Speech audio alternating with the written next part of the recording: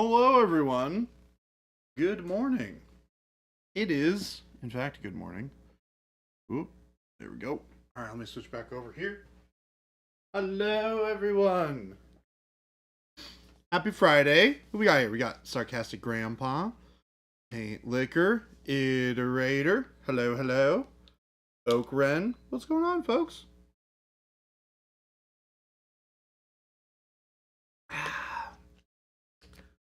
Brutal Burrito with the 6-month streak sub. Hello, thank you for the sub. Welcome back.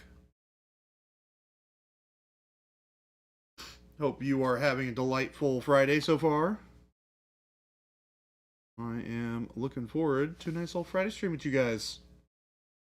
Apparently you got back from California. Nice. Papa Chicken. Wad Tomato N. What's up, guys? You guys got anything fun planned for the weekend? Any neato plan, Renos? I'm just gonna get on started with the paint here. Blood Walrus, what's going on?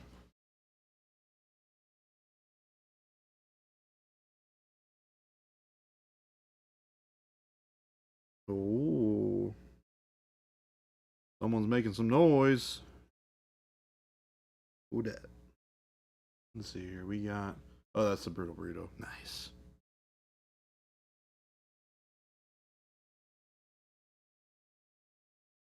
Jason is never slacking off. When Jason is not here, it is because he is very busy. It has nothing to do with slacking off. I promise you that. I promise you, that man is working on all cylinders.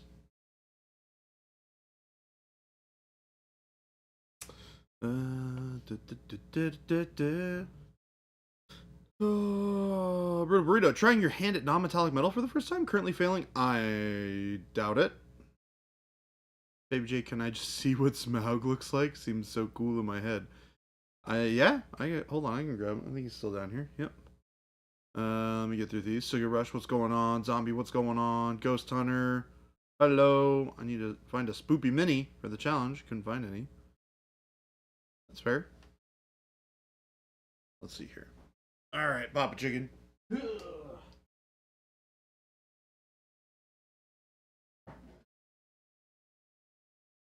Oh. There he is. The Big Durgan himself. He's very large and in charge. Sir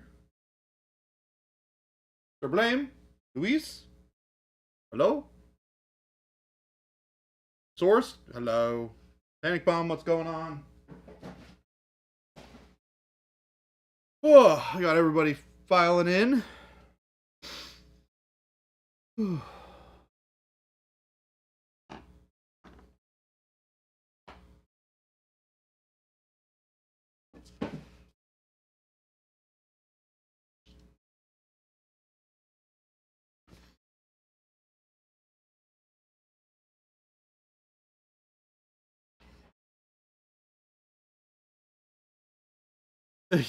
You sneaky guy, Papa Chicken. Nice try.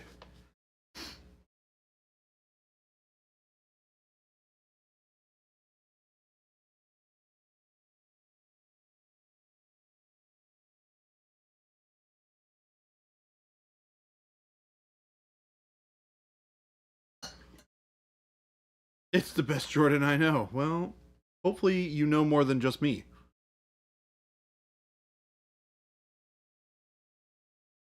Valoreth, what's going on?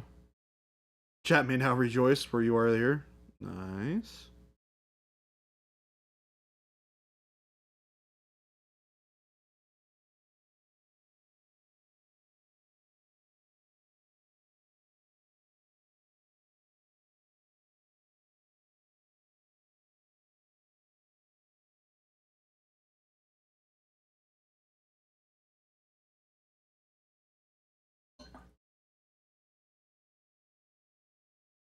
It's time for lunch. Oh yeah, Yeah, you haven't had anything Is to eat it today. lunchtime? Well, Jason, I hate to break it to you. Is it time for lunch? It's a little past lunchtime, but I have a can of Dr. Pepper and some Cheetos. Can it be lunchtime now? yes. Jason, anytime you want it to be lunchtime, it's lunchtime. That's how this works. That's not how my life goes. We can make lunchtime right now. Hi, Paint Liquor. Hi. We got many here. Hi. How we doing? There are, in fact, lots of people here today. Hello, lots of people. What's going on, everybody? Hi, everybody. Is today really Friday? Yeah. Yeah. You don't sound like that's amazing. No, that was like a it is. Oh, yeah. It is. Yeah. Did I run out It of is. gold? Ooh! I has goldfish, too. I didn't even see the goldfish. They were already here. They must have been from another day. You can see how my life goes because there's like these horrible snacks over here. I have a cinnamon almond butter biscuit. I don't even know what the hell that is, but I think it tastes pretty good. Do we need to go get you like a cheeseburger or like a taco or something? I'll be fine. Some I don't know. Chat, would you like to share my goldfish? Dig in. There's enough for everybody. What's going on, Dumbrus? And the mummy said Cheetos. Can anyone tell me what a unifying wash is and how it's supposed to be used? A unifying wash? So art terminology we can use in lots of different ways. A unifying wash is a filter that's put over the top of a model that brings all of the colors into one field, right? So you can use, think of a tank. You get the tank base green, and then you do some rust, and you do some streaking, and you do some scratches, and you do all these things in brighter and darker versions of a color. Maybe some aren't green, you do whatever. And then you do an overall wash or filter over the top of that sheets them all into the same environment. Like if you were to do a brown wash over it, it gets the rust and the scratches and the streaks and the green all with the kind of a same hue of brown that pulls them into the same, I call it environment, the same world, right? The brown dirt that's gone up over the whole thing. So that is not game delay at all what that is. Although it is also exactly what that is. A unifying wash is when you only wash your dark clothes with other dark clothes. Don't put a white sweater in the wash with a red pair of socks. Really? I like pink socks, though. Okay, well then, if you want everything pink, yes, do that. My favorite sweater of all time was like this white, kind of heavy knit ribbed sweater. Uh-huh. It had a Charlie Brown green thing on the middle of it. Okay. Love that sweater. In college, my roommate washed it. Oh, no. With red t-shirt. Well, that's not good. Yeah. And then it was no longer the colors. It was no longer a white sweater. It was kind of like a, like a cream colored thing anyway. Yeah. But then it was pink. It turns out that doesn't go away.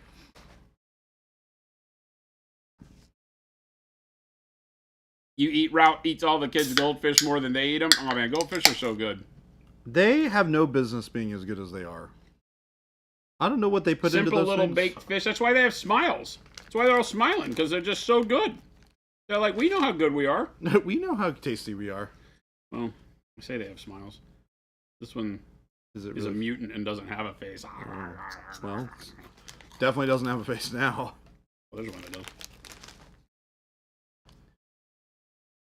See how happy he is? I'm a happy fish, and I like the blue bear. Jason, are you okay? I got eaten.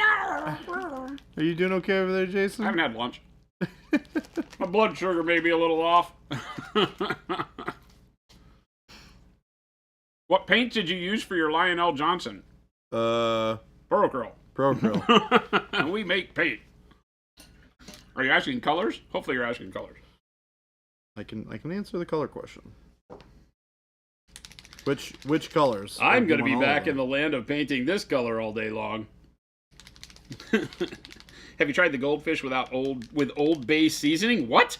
Wait. Wait. Mind blown. Wait a minute. You do things to goldfish? That sounds bad when you say it out loud. So you reflavor your goldfish? You like the flavor blasted ones? That's just too much. They're not bad, but it's a lot, dude. Like, it's a lot of fake cheesy taste and a lot of salt. Blasted. Holy crap, it's a lot of salt. I feel like that's a week's worth of sodium. It probably is, actually. You'd be surprised how much the... Yeah, Paint Liquor's like, give me more salt with my salt. You would be surprised how much the daily allotment of sodium actually is. It is much less than you would think. Fluorescent pink is very pink source, yes. Correct. I'm pretty sure... Oh, Jen has dill pickle goldfish at home. And it's a weird thing with me. She laughs at me every time because I'll go over and she'll watch me. I'll go over and I'll open the little bag. It's solid dark green.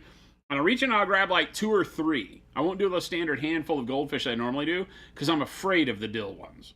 And I'll put them all in my mouth and I'll chomp down on them and I will make a face that's like, you know?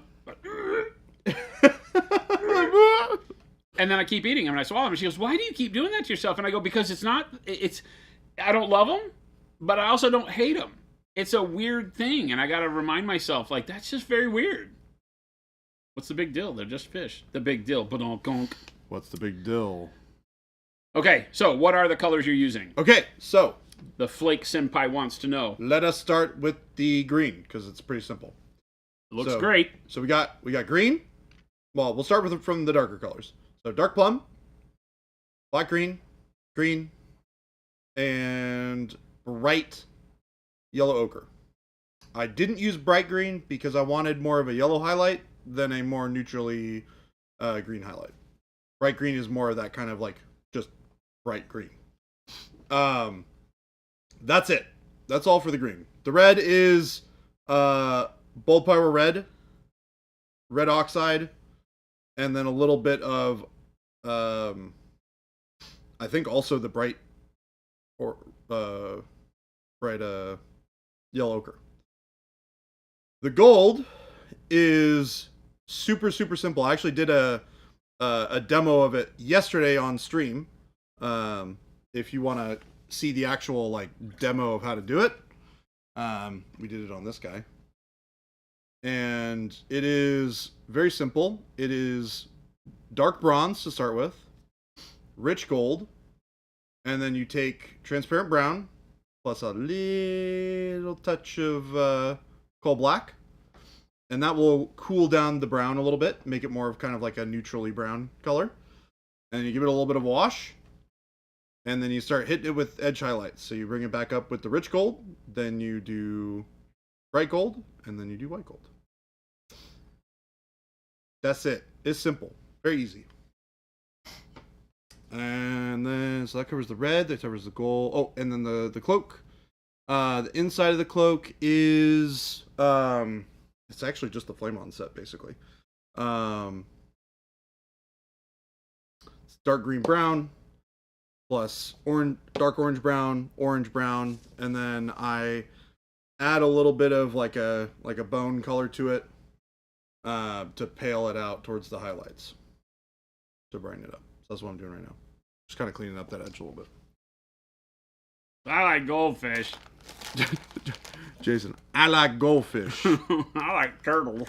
I like turtles. Turtles are good. But Baby J, at what point do you reprime it? Pop Chicken, not me. I mean, eventually I'm going to take a rattle can of the matte varnish out there and I'm going to hit it with a good old dose of the matte varnish. And I'll probably do my final highlights on the gold afterwards. Because if you've never done that before, that's a cool thing to do. Get your metallics really contrasty.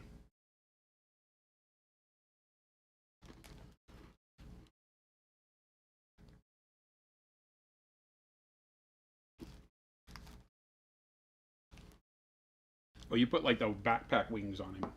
Yeah. I hated those. Did you not put them on? No. Yeah. I don't know where mine is. But I also put the winged helmet that you also hate on. Always over there. I really love the plume winged helmet, even though it doesn't make any sense for walking through doors. It's true, it doesn't. Yeah, I'm like, any of the things that stand off your helmet are the dumbest things ever. Yes. Right? Big horns, My Corn Berserkers, right? The freaking Thousand Suns things. my cannon for this guy. You know why the heretics lost is because they all had stupid They crap kept on on their horns bonking on their their head. heads. They couldn't get through the doors. Yeah. All the other guys were like, all the Imperial fists with their nice tight helmets, like, we can go through doors. My special lore for this guy is that everybody in his like honor guard entourage, either when he's going out to new places, they blow a hole in the top part of the door every time he goes through a door. But Messy but effective. Messy but effective. And then it's also scary when you see it. People go, bah, bah, bah, bah, bah, bah, and the guy just like walks through. Anyways, for his own Sets home the turf. scene for what's about to happen. Exactly. Nobody's going to mess with you. For his own home turf, they had to extend all of the doors an extra 5 feet. Or does he just take the helmet off and carry it in the cradle of his arm? No, he does not. Oh, okay. He just wears it. He just wears it. All right. Look, if he's gonna do it, he's gonna do it. Let's say Sanguinius. Like, what about the wings? Yeah, how does he get anywhere? Those What about wings those wings? are gigantic. What about the wings? Flake Senpai says, "Oh my god, that was a solid wet blend. Holy crap!"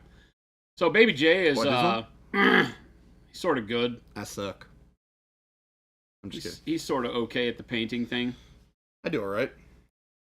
So did the Imperium need to make every door bigger when Primaris came along? Of course. You know, Oh, that's funny. you know, you think about the logistics of the Imperium and in the grand scheme of things, how hard is it to change every single one of like 80 billion doorways? I mean, come on, it can't be that bad, right? No, it's not hard at all. Except that in the Imperium wherein the Primaris Marines live, they don't talk about Space Marines. Remember? That's true. They to a bunch of people, it's a myth. So no, they're not making the doors bigger. Because why would you make doors bigger for things that don't exist? I am convinced that they just blast the doors. Big brain on Brad. I am convinced they just blast holes in the doors. My name's not Brad. I feel like when the Space Marines are around, they're not really there to care about what the door frame is. They're just killing stuff. Yep. They're just blowing stuff up. You think Marines with helmets look dumb? All that armor to protect your body, but not the most delicate part of your ability. But Wait, you mean said without helmets? you and I had the same thought. I'm feeling like we're misunderstanding each other here. Yeah. I feel like the helmet is a good thing. I feel like the sergeants without the helmets are like just either way over the top egotistical, right, or dumb. I think that Space Marines not wearing helmets is dumb. Unless it's in an army like Black Templar. Because they're just crazy zealots. And they just go in ham. The poor Astra Architectria. Architecture. Hey, it's job security, man. I love it. They probably are the reason why Primaris exist. The architects are like, hey, dude, we built all we can build. Could we please make something that makes us have to change everything? It's so true. And Call was like, how about bigger Marines? They're How like, about bigger Marines? done. I'll get my door guy on it. I mean, we have to do red eyes, right? I mean, you do what Red you want to glowy do, eyes, but right? What do you think? Thoughts? you know me, I'd go with blue. Blue eyes? Oh, Blue glowy eyes? I don't know. I mean, it would contrast nicely. No. Yeah, I'll do it. We'll see how I like it. Let's do it. Let's do it. It's also like, you know, we've got a pretty fantastic blue transparent color. Yeah, it's called plot armor, brutal. Exactly.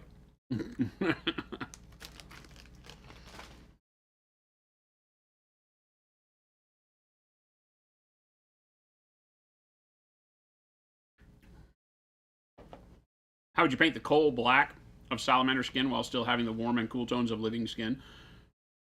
I mean, you kind of answered your own question. You could take like Shadow Flesh or Advanced Flesh Tone and start blending it with black. You'll get a weird series of pinkish grays that will give you that kind of life under the skin. Bingo.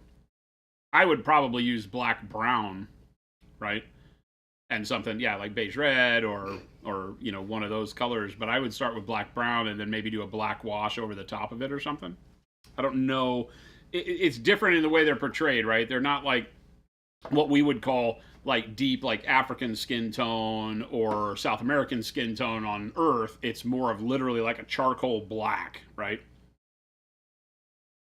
So maybe starting with black would be the way to go, but up to you. God, Gabe was just throwing colors in weird slots. What he does. Gabe? You're fired. That's what he does. Gabe. Got no respect for your personal space. Well, it's not really my space. It is kind of like workspace.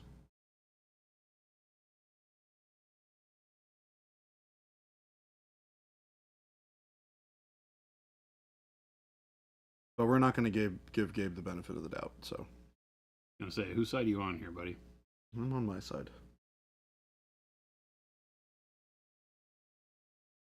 Actually, you know what? I'm on Monument Hobbies' side. Whose side are you on, bub? Whose side are you on anyways? Gabe cannot be fired until we actually understand his preferences for chocolate. It's impossible. He doesn't like it. Just leave it at that. His preferences don't make sense. He likes some chocolate, but doesn't like other chocolate. His mom won't even defend him on that one. Yeah, I think she was here the last time we were having a conversation about it, too.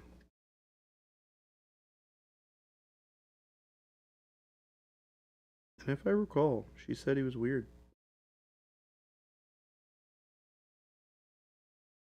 Shannon has called Gabe weird on more than one occasion. Oh, well, because it's true.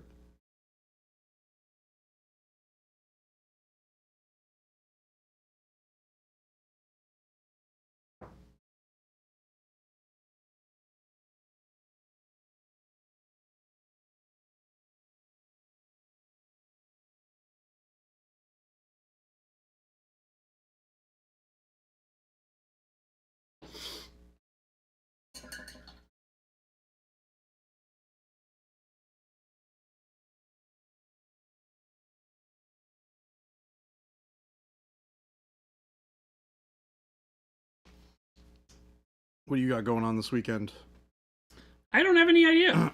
Jen's not feeling too well, so Sorry to she hear left. that. She left early today. She's got her travel woes hitting her Yeah. a little bit. I'm just happy that I'm staying strong. I feel like I've fared pretty darn well at shows this year after LVO. I got really sick at LVO, and the rest of the shows this year have gone really well. Yeah, So that's good. I'm feeling it. I've also been really diligent about taking all the vitamin C tablets and stuff. Yeah, Before and taking after your I go. vitamins before and after. Just take care of yourself. Yeah. I mean, it's not completely avoidable to Right. not get sick when you're traveling with a bunch of poo-fingered people in an airplane. Correct, yeah. A disease tube. It is a disease tube. But yeah, you can be preventative a little bit. Mm-hmm. Yeah, I try to do my best. Because I don't want to, come back from a show where I've been gone for a week and then be sick and not be able to be at work. Like that sounds awful to me. The idea of that. And then also, potentially making other people around me sick. I don't like that either. So, I do what I can to remain a sickness-free boy.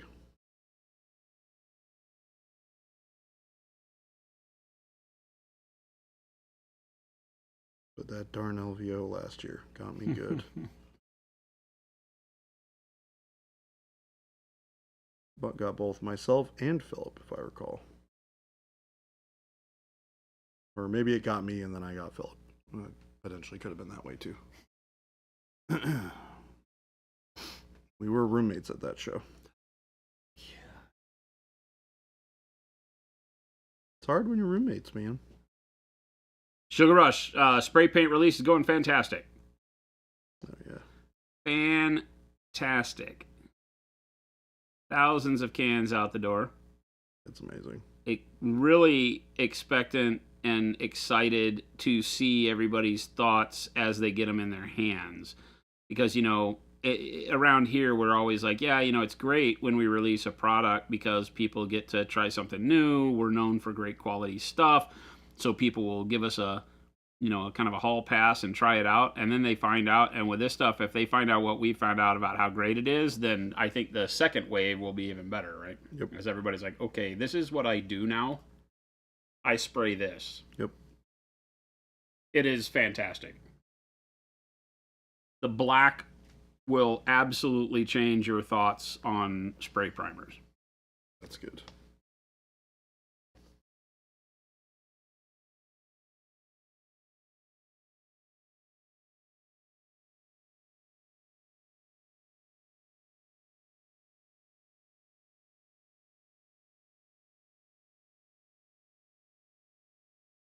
And then you got the clear varnish, the white, the gray. The gray is spectacular.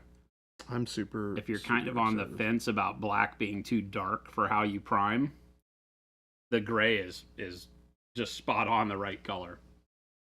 Not too dark, not too bright. Still give you some vibrant coloring with your initial layer of paints if you're relying on your prime job to do that without it being so garish like White Wiz. I'm excited to have a really trustworthy rattle can varnish. Yeah. Like that's the big thing for me, and I know a lot of people as well feel that same way. Is whenever they pick up a can of rattle can varnish, they're like, I don't know if this is. It's kind of sketchy, right? You're just like not sure if it's gonna work right. But oh man, ours is just out of this world.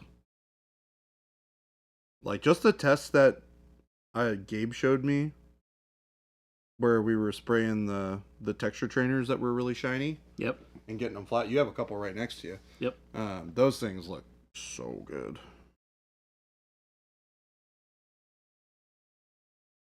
It's no joke. And I was always a fan of the good old Testors Dull Coat back in the day when it existed. And they never found there was never a good replacement until now. These are the same exact resin before and after the Dull Coat. So this is just bare printed resin, cleaned, isopropyl alcohol, dry, nothing funky with it, no gloss varnish or anything. That's just how printed resin is. And then this is it with the matte varnish over it. That's all it is, a matte varnish. You can still see some of the shine in the areas where the matte varnish didn't reach. But check out that difference. Isn't that insane? That's so crazy. Yeah. And there's no frosting on that at all. None. It's just perfectly clear. Yeah. It's insane. I'm really hoping it will stop me from feeling that I need an airbrush. There's still really good reason to have an airbrush, right? Even if you're not priming with an airbrush. Like airbrush can do a lot of things for you, from glazes to base coating to really smoothing out blends on things. Like it's still nice to have one, but as far as like getting your models prepped and ready, we got you covered on the sprays. So, but we got both sides, because our rattle can primers obviously are really amazing, but also our airbrush primers are fantastic. Yo, we make good stuff.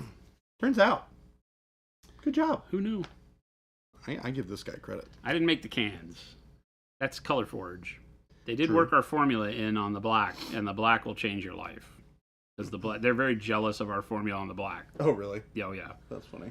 The first time they sprayed it, they're like, I don't know about this. This is going to make us really jealous.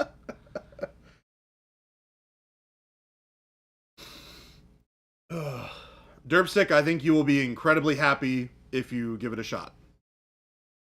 Brush on varnish, it works great, but man, is it time consuming. It takes so long to hand paint all that stuff on there. It's just, when you can just take, and the best part is, you get it in such a huge, like, these cans are massive. They're the size of my head, and I got a big old dome. Right? This is so much. He does have a big head. I do have a big head. Yeah, I got a big head. That's Jordan why he can't wear baseball caps. I can wear baseball caps, but only some of them. You know those big ones that they make, the oversized ones? Those fit perfectly. Philip, his head is so big because he's a smart lad. Oh, Philip, that was oddly wholesome of you. So, you know how you had to use the word odd right there? Hey, don't take this away from me. Don't buy it. I'm enjoying this. Don't buy it. Don't let him fool you. This is Philip we're talking about. Whittle Goblin, what's going on, girl? Brutal Burrito ordered all 3 rattle can primers yesterday. I'm excited. Sorts asks how much for my head. Jason, care to comment? How much for what? My head. Your head? Yeah. What do you mean? How much for my head? Somebody wants to buy your head? Source does. This is an awkward conversation I'm not ready to have. Well, we're having it. I feel like they're setting me up for I- like a police raid or To something. be fair, I'm not sure I'm ready to have my head be no longer attached to my shoulders. This is like somebody's gonna have us swatted. They'll be like, I heard they were trading heads. He was selling heads. I think we got Christopher. Christopher's dying over there. he's really dying over there. You all right over there, Christopher? He'll be fine. Clip.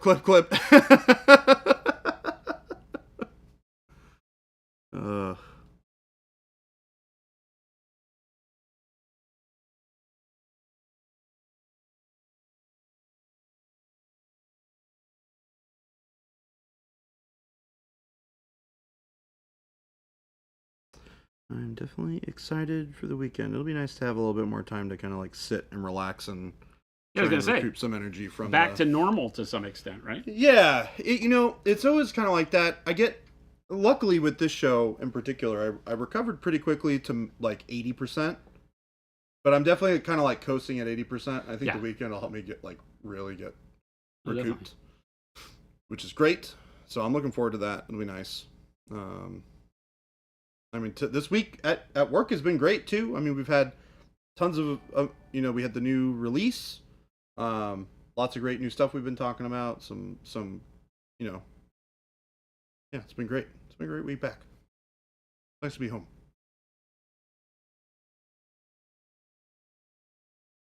What's up, Avian? Dang it, we could have taken Baby J to La Bamba and made them cry.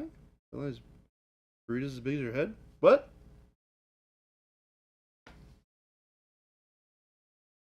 Dang, you know what sounds good now? Oh, what? I don't know what made me think about this, but Chino Bandito sounds really good. Oh God. That place is inappropriately close to that new store, by the way. Oh yeah, it is.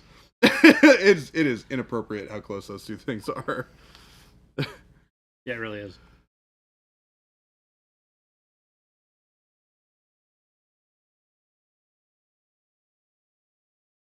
Gabe, were you guys talking about it earlier? Did Shelby mention Chino Bandito? Nope. I don't know what made it pop into my head, but it popped into my head. So I brought it up. Although those folks all live pretty close to Chino Bandito-ish. Up in that neck of the woods. Yeah. I think it's still a little far away for them yet. Although, I think Shelby's actually really close.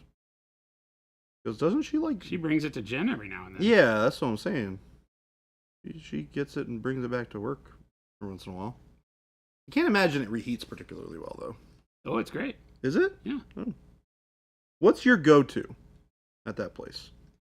We always get I think it's called the red chicken. Jade red chicken? Jade red chicken. Yeah, that was really good. Jade red chicken, black beans. That's what it was, black beans. That was the one that Jen was like, you screwed up by not getting black beans. You got to get the black beans. I got refried when I went. Always get black. So, which is funny because usually I'm a black beans kind of guy. Like, I'm not a huge pinto bean fan. I mean, I'll eat them. I don't like beans, so it doesn't really bother me. But Gabe, I know exactly how you thought about it. It's Friday. Friday we play games. Equals we played games at Gamers Guild last time. Equals I'm hungry. Equals Chino is right next to Gamers Guild.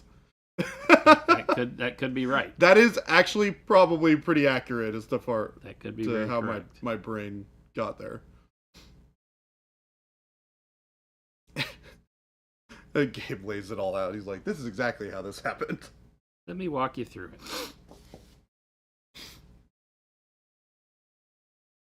Y'all are making me hungry. Sorry, Whittle. What's going on, girl? How you been?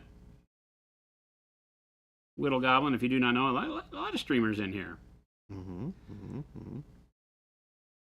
Part of the lovely miniature painting, gaming, nerddom world. We have a Zambies in here today? Do we? I don't know. I was asking. Oh, Zambies. Where art thou? I'm painting a bear. Wingstop next to the gaming store is what got Gabe all hyped when we were there. He was like, that Wingstop's gonna get a lot of my money. Wingstop's not even good. Honestly, their restaurant is just pretty good. I did not hate their restaurant. It's just bar food. Yeah, which is totally fine. Meh. Meh. Nothing to write home about. Well.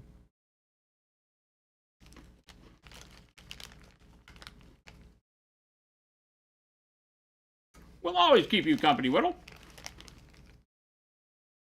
You know Whittle's a vampire? I did not, but also doesn't surprise me. No. Yeah. So, I'm gonna warn you. Uh-huh. Should she ever come knocking, Uh-huh. do not invite her in.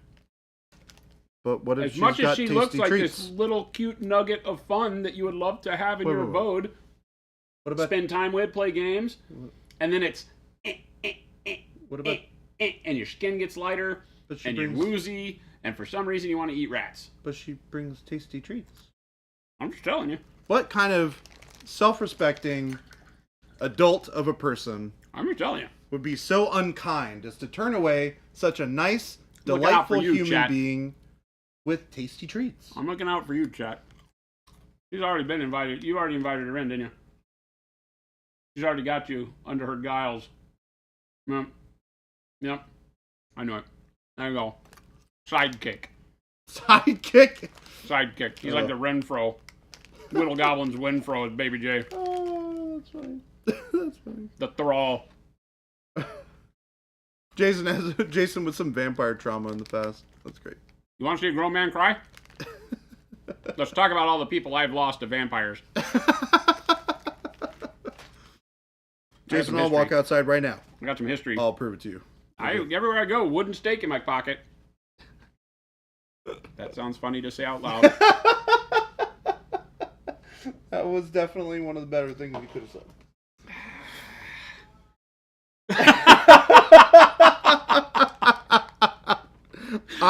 So the stream delay is amazing because we'll say something So like good. that in here, and then you count to 10, and then you get the response from in that room over there. I want to have that room mic'd up every once in a while. So bad. Because it is so funny to hear. Chris is like, clip, clip, clip. Yeah. Their reaction. Deadbeat says I was is so technically funny. dead already, so you're undead. I mean, I would say that passes the test. Are the treats worth the vampirism? Nothing ever is. When you're asking that question, you're already lost. Already lost. Is that a wooden stake in your pocket, or are you just happy to see me? Both. It depends on if you're a vampire or not. Well, we're happy to see you either way. I love that in the midst of all of this, we still maintain our family show demeanor. Yes. The kids are laughing. The adults are laughing. The adults are looking at the kids to make sure the kids don't understand why they're laughing. The kids are looking at the adults, thinking how great it is to share this moment with mom and dad. Jade's like, looks around, moves. You're a witch. You're not a vampire. You're just a witch. You're just afraid of water. I have a water hose and a stake. No, you have a squirt gun. You have a squirt gun. Yeah, squirt gun. Well, if the squirt gun has holy water in it, I just need that, right? That's perfect. That's perfect. Mm. Hey, we've solved everything. I think that was Fright Night. It's a silver squirt gun. I think it was Fright Night that they had the squirt guns filled with holy water. Yeah. Squirt gun, holy water, silver stake on the bottom of the handle. Jack Alp's like, we don't judge here. You be Of you, squirt boo. gun. But I'm a Scorpio. It's Problem a water solved. sign. That's bad for witches. Was it Lost Boys? Okay, Lost Boys. Lost Boys or Fright Night. Those are like the two competing nonsensical vampire movies from the time. Do you yell, I kick ass for the Lord?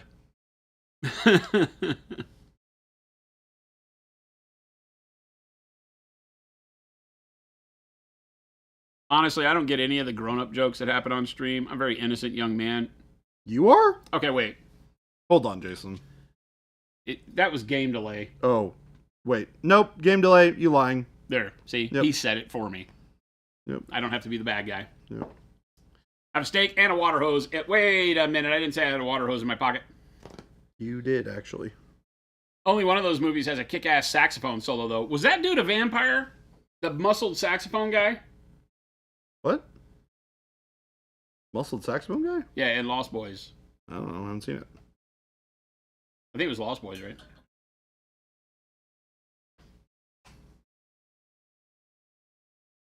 Joshy Josh. Not even about price. Monument provides value, which is priceless. Thank you. Thank you. Don't let your soul Lost be taken Boys, by yeah, a vampire. Panic Bomb.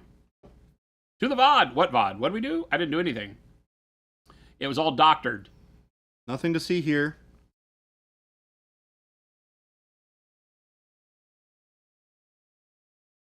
You just laughed out loud. Your child across the room and said, hello? Hello? Hello as in dad? Are you all right? One of your instructors from college is friends with the saxophone guy? How do you like your maggots, Baby J? I have a question for Baby J. Yeah.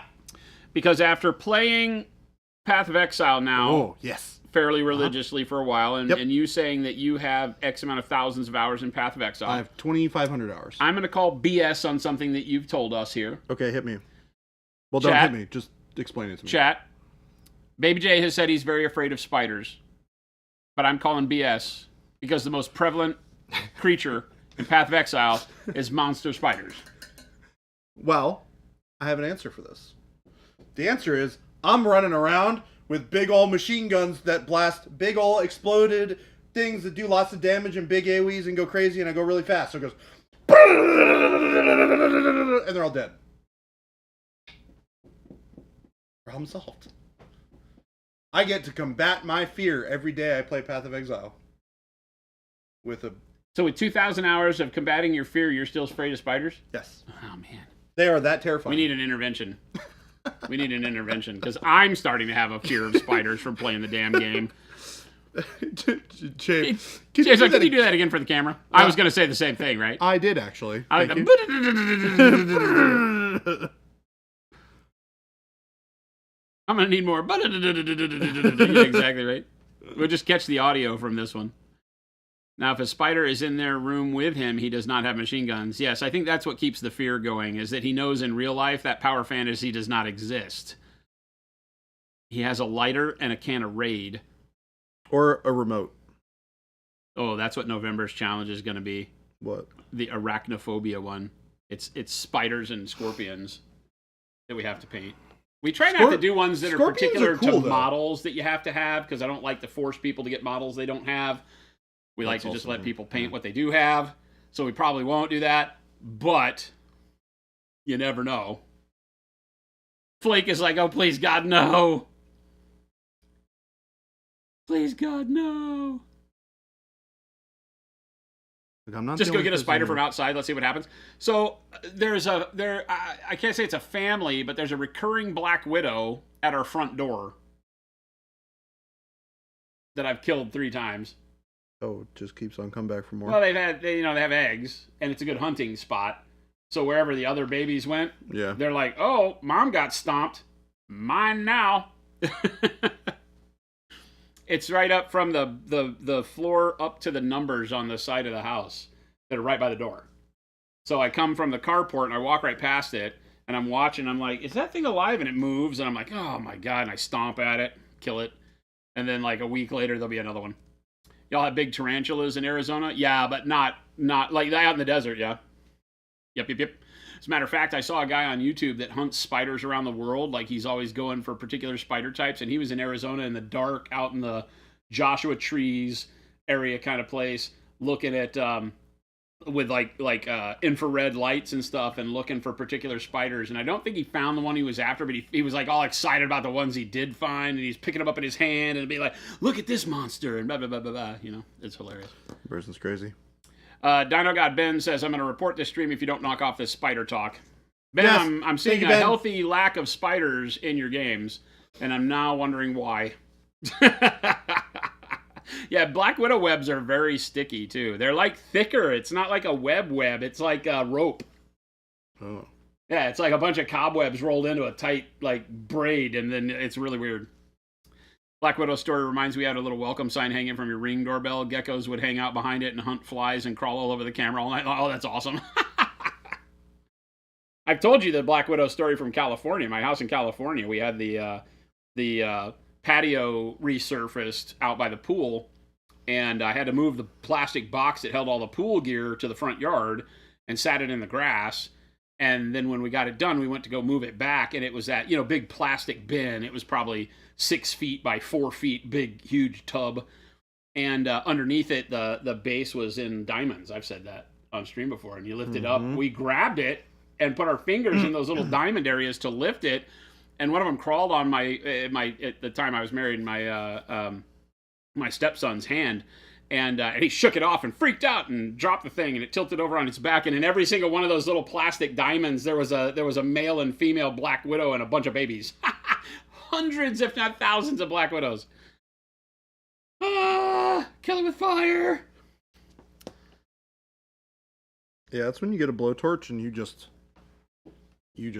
cleanse, burn the house. Yep. And he immediately rolls into more spider talk as if to spit in my very face. Do you feel like the itching on your skin right now? Do you get like that? Because I get like that sometimes when people talk about bugs. I do. You're like, oh, it's a bug on me. Gotta be bugs on me. There's bugs on me. Yep. Here. Ben's like, yes, you bastard. Yep. Hold on. I've got a good one. This is my favorite. I saved this. Oh, God, you have a picture of a spider? No. Oh. Better. Well, sort of. Like he has a picture of a spider. I dream that you have a picture of a spider on the phone and you look at it before you go to bed every night just to combat your fears. Yeah. Like, I am going to stare at a tarantula and then try to fall asleep. Have it be the background on my phone. Instead of counting sheep, you count tarantulas. One tarantula. Oh my gosh, where is it? 2 tarantulas. It's so good. I definitely didn't get rid of it. I have the meme still. There are geckos everywhere here. Like my dog is crazy. They'll be like crawling on the wall, and she'll be like, she's short and can't jump, so she's like chasing them on the wall. Here. Burn the box, burn the stepson, burn the house, burn the neighborhood, move to another country. Yeah, here we go. Uh-oh. What's that? Got the spider. I've seen that before. Got him. Yep. This is me spider. dealing with spiders. So, when I was a kid in Texas, Dallas, Texas, my great-grandmother, who was born in 1900, she was born in April of 1900, lived to be 104. She died in 2004. Oh, wow. Okay. And she would, when I was a kid, she would go out into the backyard with a boiling teapot. Yep. And she'd pour boiling water on the ground. And I was always, as a kid, little kid, I never knew. Years later, I asked her, I was like, hey, why did you used to go pour boiling water on the ground? And she goes, oh, spiders. And she's like, we had tarantulas. They would do the hole in the ground, and she would go pour the boiling water down there and it'd kill them. Yep. And I'm like, wait, what? Tarantula in the city? And it's, well, that used to be the country. And so it was still like as they were becoming extinct in what was becoming the city. Yeah. She did that. She hadn't done it in years because they stopped being a problem. The birds and, just humanity being there drove them out. Yep. But it's just hilarious that she would pour boiling water in holes in the ground. Yeah. And I'm thinking, as a kid, I'm sitting there thinking, as a young kid, I was running around out in that yard, not with a care in the world, and not knowing that there was. Oh, and there were water moccasins in the pond. And this is they didn't tell you as a kid that stuff existed. That what stuff existed? What, you know what a water moccasin is? I do not. Okay, chat. Tell them what a water moccasin is. Anybody know? Anybody from Texas or the South and had a run-in with the meanest snake on the planet? It's a very venomous entity. Okay. That swims. Oh no! Oh They're no! highly volatile in water. Oh my God! It's venom. It's a wet shoe. It's a very nope rope. Venomous water snake. Yes. Danger snake is correct. Holy hell! They are some I have night terrors from water moccasins. Really? I went out to visit a buddy of mine as a grown-ass man, adult. Went out to his land in Texas. He had a lake on his land. We went fishing. We were out in a boat fishing. And immediately, we're fishing, we're talking, having a good time. And he goes, hey, I don't want you to freak out, but I need you to be really still. And I'm like, that's usually not a good sign. when an adult man tells you, hey, don't freak out. I need you to be still. Could you please roll your line in real quick? And so I reel my line in, and he's being very still. And he goes, yeah, so in the whole not freak out thing, just please keep facing to your right. He goes, I'm going to start paddling us to shore, and when we get there, I need you to get out of the boat as soon as you can, and I need you to move away from the water continuously towards the house. And I'm like, what is going on? So I look exactly where he told me not to, and there's a water moccasin swimming directly towards the boat, right? Because they're super territorial. Yeah. And they will attack you. Oh, God. Like, they're known for just, like, GTFO or bite. And he was just coming right towards the boat. And he waited, and he smacked it with a paddle and then rowed the boat up to the shore, and it came after us. And we were up on the shore, and it chased us onto land and came after us on land. And we had to book it to the house. Oh, my God. Yeah. Yeah. I was like, nope. Yeah, they're mean. That's what I Nope. said. Not interested. They're very territorial. Meanest snake in the U.S. Yep. Ghost Hunter says. Water moccasin. Yep. Rattlesnakes are not mean. Rattlesnakes are just leave me alone, nope ropes. Moccasins want you dead. And can do it, apparently. They're venomous. I mean, it's not going to be... Yes. Let's just be honest. Yes. Right?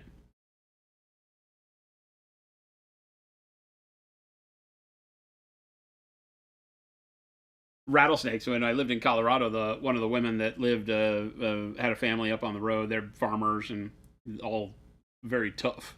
Yeah. And pulling into the neighborhood, we had one road in. That's it. And there was a little bridge into our area until it turned into a dirt road. And she was stopped on the bridge, and I'm behind her. And I look out, and she waves at me and says, "Give me just a minute." She goes, "Snake in the road." And she walks over in front of the truck and just like no big deal, just reaches down and grabs this big rattlesnake. When she holds it up off the road, she's probably 5'6", 5'7", whatever that standard height is. Yeah, of course. She picks it up and its tail's still almost on the ground. And she just holds it up by its neck and flings it over the side of the bridge and gets back in the truck and drives on. I love people who are like super native to those areas. She just didn't even care. Where they're just like, they're so used to seeing them, they're just like, I'll pick it up, I'll throw it off over the side. When I bought my land, it was 40 acres. It has a big wash that comes through the north out of the foothills in Colorado, just up by Wyoming. So there's the mountains right there, and out of the foothills came this wash, and it went through the back part of the neighbor's land and all that, and then it came through the north part of my land and then wound down alongside the road.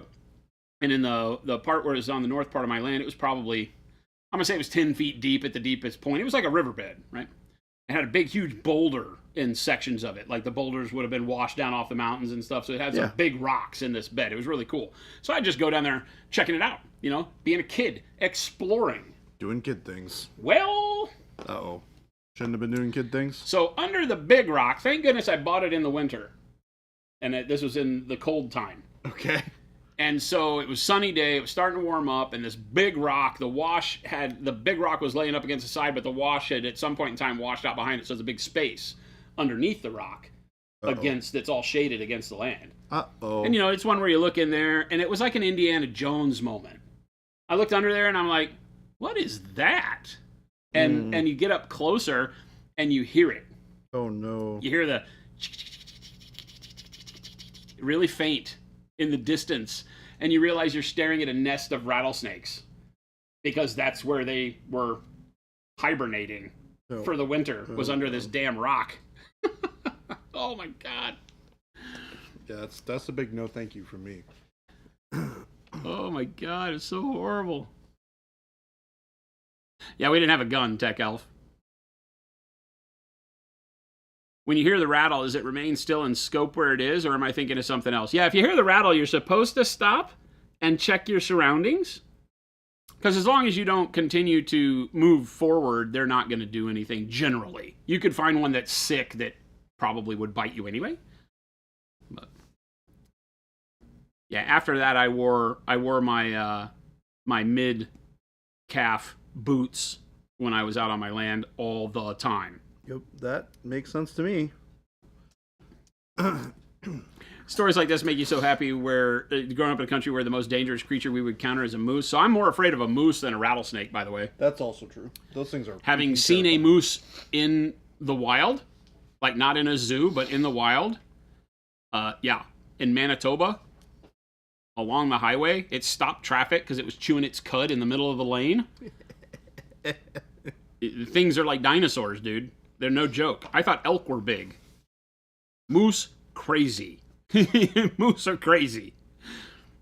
They walk through your garden? Oh my god. Yeah, they're very territorial too. I guess I've seen them to where they don't react that poorly to humans, but having seen the moose in a zoo, you're still like dinosaurs. It's like that is prehistory right there. You guess you have elk, not moose. Elk are still big, but elk are more like deer, like just big deer. Moose are angry. Yeah, why are there trees in the road? It's huge, dude. Huge. And they're all top heavy, too, so if you hit them in a car, you're dead. Yeah. You're just dead. Yep. They just come over the top and take the entire... I've seen pictures of automobiles, not trucks, but like automobiles that have run into moose. The truck is just like, looks like it ran into a wall. The car, like the top of the cab is gone. Oh, gosh. Because it clips them and it just, you know... Ugh. The moose will source? Elk? Yeah, one time in Colorado, I was in when I first went to Colorado, when I bought my land, I was living in my motorhome, right? And so I had my motorhome parked at a long-term park, you know? And one morning I wake up to this thudding, clunk, and then some silence and some what sounded like stiff wind, and then clunk. And I was like, what is going on, man? Why are the neighbors up so early working on something? And I open up the window. It's two elk. It's two elk knocking their heads together. Yep. They're out there, like, battling. Moose running through 6-foot deep snow like it's nothing. Oh, my God.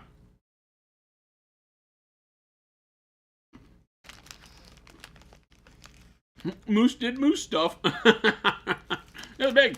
What are you going to do? You can't, like, tell the moose to move. I mean, you can. Good luck. It's like those idiots at Yellowstone where they show, like, the bison. Oh, yeah. You know? Yes. They're like, don't take a picture of me, Mom. I'm going to go pet a bison. Probably not the smartest thing you've ever done in your life. Let's not do that. Bear is not the only thing that starts with B that will kill you. North American Animal Card Battler. Yes, exactly, Ben. We need anthropomorphic, like, North American animals. Ben's like, I got you. Starting with, somebody mentioned cottonmouth. Oof. What? Also brutal. What is that? Cottonmouth snick. Another nope rope. Another nope rope.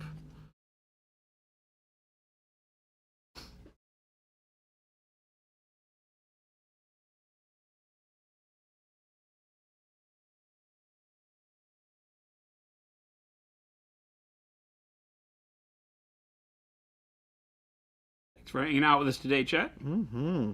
Hope you're having a good time like we are. I'm having fun today. It's Friday. Yeah, we're taking it. I have had a hell of a day. I've had a hell of a week. It just seems like that's my story lately. Yeah. I don't mean to sound like a broken record. I really don't. But we have so much going on around here. We really do.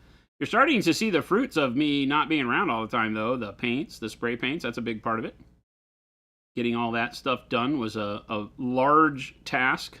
Yep. One of the single biggest investments in the company's history, so... A lot of the very excited to have you guys have that in your hands.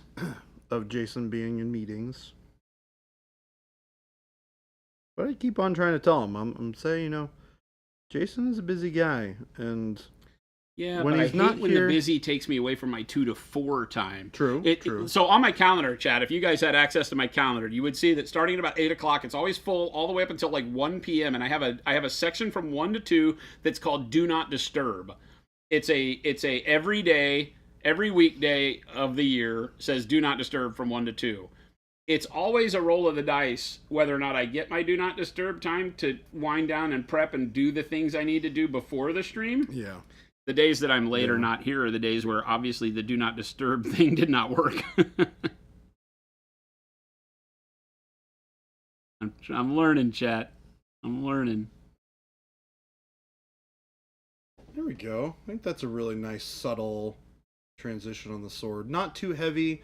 I don't always like doing these kinds of, like, split transitions, like in the traditional Games Workshop fashion.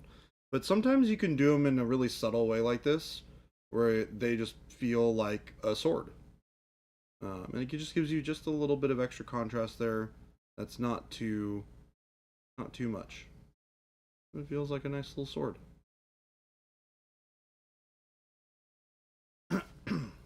It's such a nice little sword. It's a nice little sword.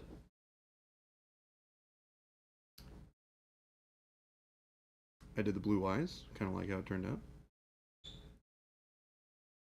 Nice and subtle.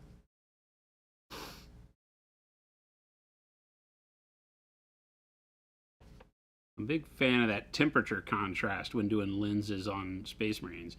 There's times where when you're doing it and you've got like, maybe you've got a Marine that's got black armor and, like red pip highlights or something like that. Yeah. And then you want to do red lights and stuff. And that can be cool when it feels more monochromatic. But when you have something like this that's got the gold and the red and the green and the white, I feel like going with a really good temperature contrast for the lenses is good. So blue, something cooler, purple would have been cool too. If you hear a rattle can, freeze and look around to assess the danger. Yes, nerds mostly want to be left alone. Got to watch out for the sick ones. They may still bite you. Can you finally get your dark purple primer? Azrael, it's coming. It's coming. Javelina hogs are jerks too. Yeah, I've seen a lot of videos. One of Jen's friends, Christine, shot a video of the javelinas coming up. I guess they meant to take the trash out one night, and it didn't make it off the front porch because something about trash can, distraction, whatever. So the trash was on the front porch. A javelina family came up and just went through their trash on the front porch with the Ring camera looking at them. So they posted that video. It was funny to watch, but probably not funny to have happen.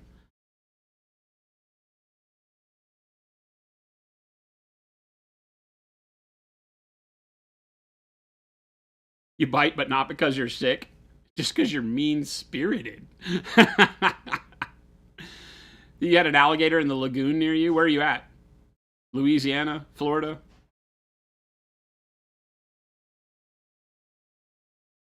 I was in Louisiana, staying at a friend's house in Baton Rouge. And they talked about alligator in the area. But we never saw it. You bite, but not... Oh, you're in Chicago and there's an alligator? That was like somebody's bad pet choice. Somebody's bad pet. Love it. Somebody got an alligator as a pet, and wild hogs are scarier than javelinas, but you cannot eat the javelinas. Nothing will eat them. They're vile. They don't have a natural hunt like predator. Yeah, somebody dumped a pet, Flapjack, exactly. Only bite certain people, and those people know who they are. Do they know it's coming? Or are they just afraid to be around you? Chance the Snapper. Ba-dumps. Ba-dumps. But So who's got the best weekend plans? Anybody doing anything fun? Big plans, big plans. I'm going to do some painting. You're going to do some painting? I'm going to do some painting. What are you painting? I am painting up a Keeper of Secrets. Oh. That is the plan. Are you playing an army with a Keeper of Secrets in it? No, I'm doing it for a friend. Oh, okay, cool. Yeah. My buddy, I don't know if you're familiar with this game, but I think it's called Chaos in the Old World. It's a board game based on old Warhammer Fantasy. Mm-hmm. So, anyways, it's like one of my buddy's like favorite board games. Oh, okay. And so what he did is he oversized the board. He had the board printed onto leather because the board in the game is like stretched skin. Oh, okay. And so he printed it onto leather, had it pulled over a nice board. And then he had all of the miniatures in the game, which have like actual miniature representations that are like larger scale. He had all of them made, and then I've been painting them all for him over the last couple years. That's awesome.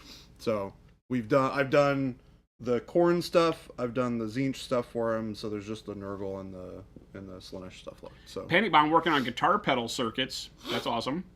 Scrumbly painting a Slender Man. Oh, yes. He's asking you to paint a Slender Man too. And a Slender Man. I gotta do that too. Flapjack Nickelsack running a marathon. Holy hell! Good luck with that. I wish you the best. That's awesome. Good on you. Awkwardish painting some D&D. Deadbeat painting a Night Haunt guy. Just one? Night Haunt has a lot of guys. A friend of mine went as Chance the Snapper for Halloween. Paint Liquor's painting a Vamp Lady.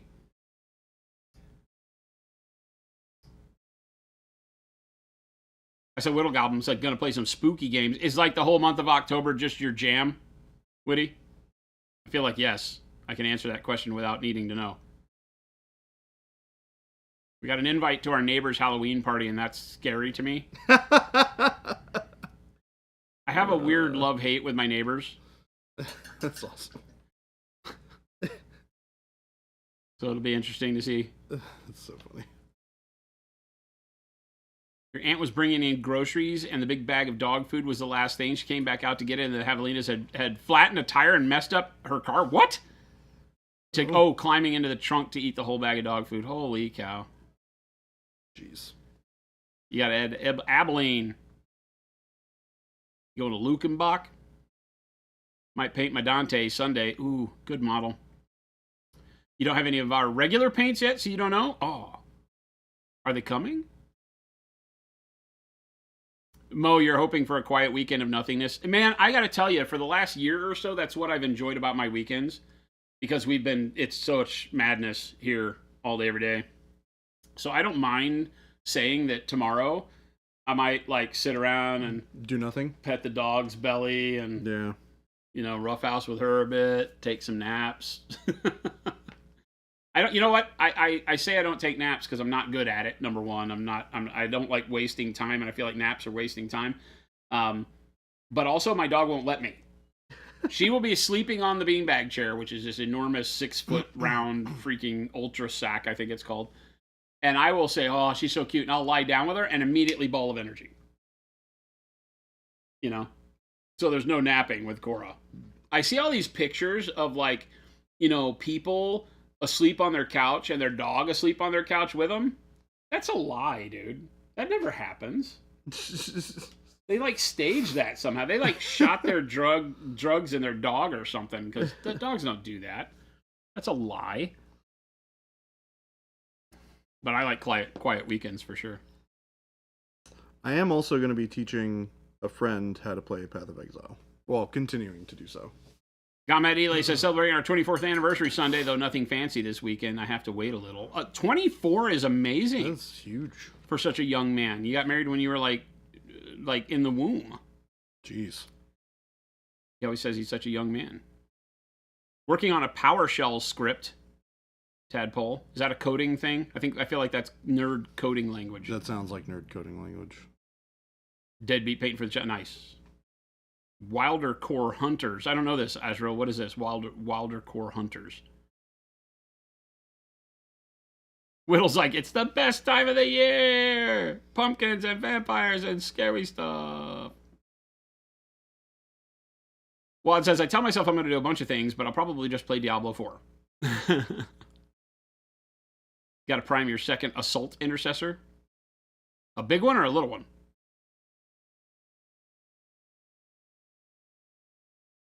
Tadpole, that's exactly your plan this weekend. You're just going to chill and try to sleep as much as you can.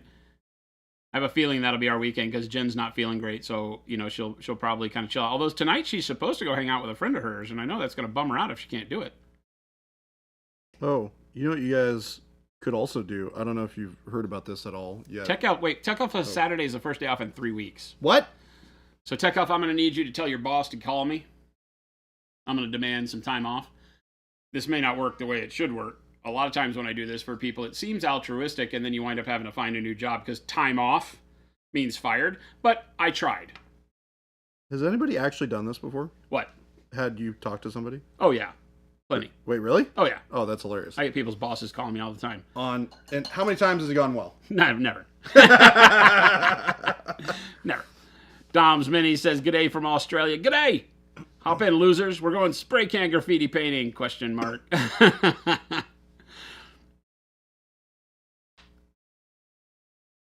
You used to sleep with your pit bull on the couch. It's lies. It's all lies. Mine's a pity. She doesn't sleep. She doesn't sleep. She's like, Dad. Dad. Your favorite elite says, I will never be as good at this. I now will never paint another mini. That is not how this works. Correct. The idea here is to instill confidence in you because look how simple it is. If idiots like us can paint well, you got this. Have you met me? Have you Have you met me? Have you been listening to this show? Yeah. If you've been listening to this show at all over the past we are not year, smart. Yeah. I am an idiot. Tadpole says a super nerd coding language. I got it. Yes. I'm also not shy about my idiocy. Dino God says I'll be working on redacted. Oh, nice. I like to hear it. I like Good redacted. stuff coming out of that. How was today? Good. Great. Oh, That's great. they showed me so many new things last week, and I was like, "What is that? You can't just bust this new stuff out on me at this came level." down to the wire. Oh, last week did too. It was the last card play last week. It was the me and Ben and trying to figure out like, okay, if we do this, we win. Yeah, it was basically that. I love it. Crazy. I love that it's that way. We did play the same thing that you guys played though. Nice. You didn't? No, we did. Okay. Yeah. A Warcry warband. Gotcha. Oh, is that the stuff that came with the ogres? I have those guys that just have all the hounds. I like the dogs. Game Delay says he's young because he's innocent, and it's metaphorical and a lie. I'm lost. One of the cats got back from the vet the other day. He may be a little out of it. Poor fella kept trying to lick his butthole and kept falling over, and I laughed and laughed and laughed and laughed and laughed. I added a couple of laughs on there. But if my cat did that, I would not stop laughing. And my cat would hate me and poop in my shoes. Oh, gosh. Whittle says, hey, can you talk to my boss? I've talked to your boss. Your boss is kind of a jerk, Whittle.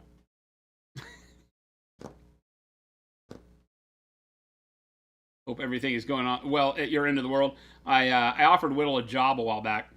You see how well that went. She's scared of us. You know what will happen. The cat will censor in your shoe. I just said it. Poop in your shoe. Poop in your shoe. I've never seen it happen, but I've seen a mad cat decide that whenever they're angry, they would poop outside the litter box. Smart cat. Oh, God. Literally, the only time they would poop outside the litter box was either one, it hadn't been cleaned in a long time, which never happened. Yeah. Or they're mad. And she would literally go in the litter box, right? And sit on the edge with her butt hanging off. She still stood in the litter box. Oh, gosh. But just purposefully hung her butt off the floor side and pooped on the floor. What a cat. What a cat thing to do. You went to see Korn last night? Oh, like Korn is playing? Really?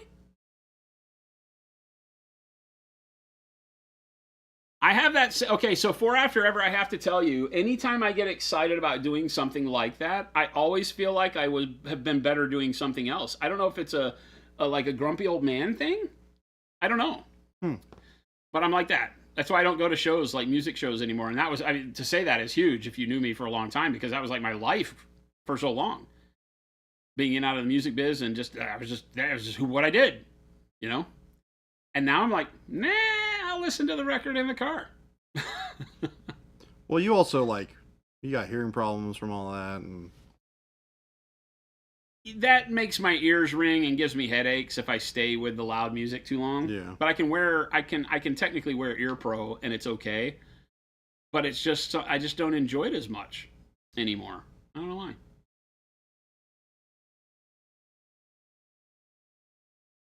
There's 6 guys with assorted weapons and crossbows, 1 guy with a giant arbalist, and 4 doggos. Yeah, it came as it was the Warcry. They come out with the seasonal bundles, and it came with the ogres. I have it. Yep. I know that's what those are, the hunters. Yep. I don't have the box here anymore. Yeah, they came in the 2-player set for Warcry with the ogres. I only did the ogres, but I ordered the whole set because that's how you had to pre-order them, and they couldn't tell me when the ogres were going to be available by themselves, and I had to have it for Adepticon, yeah. to play against Zambies. Yeah, I have them. As long as you can live in Monument HQ. I mean, there's 2 comfy chairs. You can see them in the camera. They're right there. Comfy chairs. They recline. They do. Although only one can recline at a time. That's not true. You just have to stage it properly. Oh, really? And each one of them, when fully reclined, is at least a witty and a half long. It's true. This is an accurate statement of fact. She's going to gallivant out to LA and forget about all us little painter people, Wad? Well, that's what fame does to people. Especially famous vampires. Dang. Dang. Corn in concert would be awesome. I think we got, and that's the wrong corn.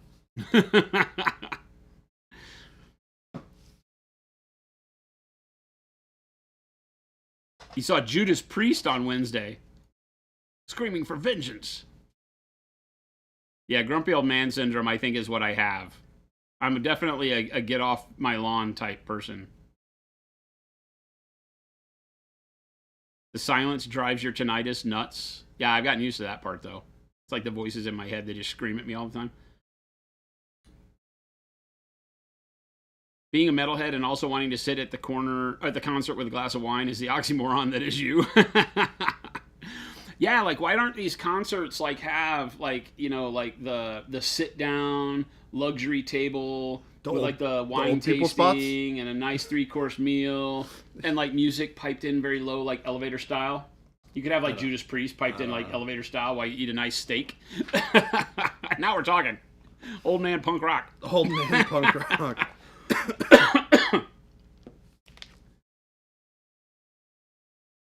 Somebody was telling me the other day, it's like, now I'm an old man and I'm like, kids, get on my lawn. Because like they're all playing video games. You want them outside on your lawn now.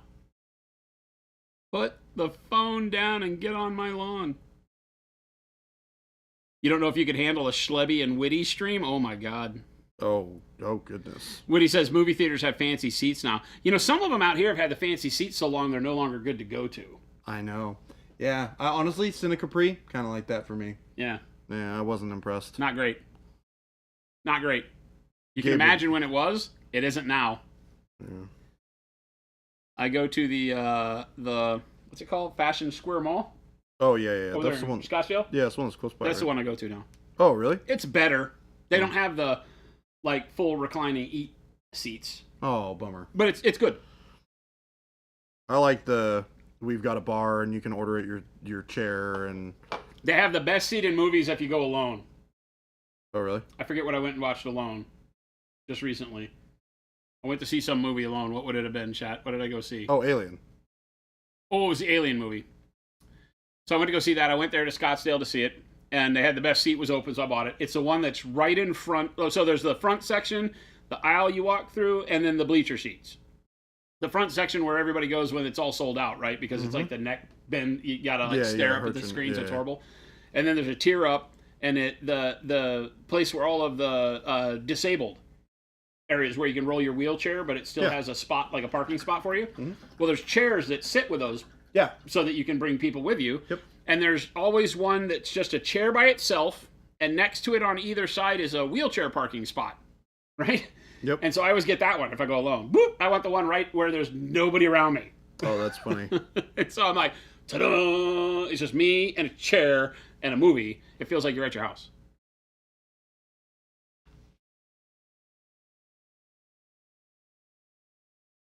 You watch a streamer who has tinnitus, but who is also the vocalist of his band. Yeah, was always my problem. Tinnitus sucks. Going to the movie solo is a good time. I endorse it. It always feels weird until the movie starts, and then you realize that when you go see a movie, you're alone anyway. True. If you're seeing a movie correctly, you're alone anyway because you're not gonna like talk to people. Hopefully, but it's the before and after part. Yeah, I love going to the movies still. The before and after part is so good, though. I love the previews. I could just watch the previews. I'm like a kid. If you go to see Alien, the previews should be the kind of movies that people that see Alien would go watch. Yes. Sometimes that's not possible because there's no movies coming out. So sometimes it's like some Adam Sandler comedy or whatever. But most times you get like things that I want to see, right? And so after watching the long previews, and you're just like, oh, I'm still in that awe of the big screen mode when I go to the theater and I watch it, and then when they're all over and the thing comes on, like enjoy the movie and everything, I'm like, yes, I get a real movie now. I still get that pump, like I forgot why I was here. I thought it was over. I'm a nerd.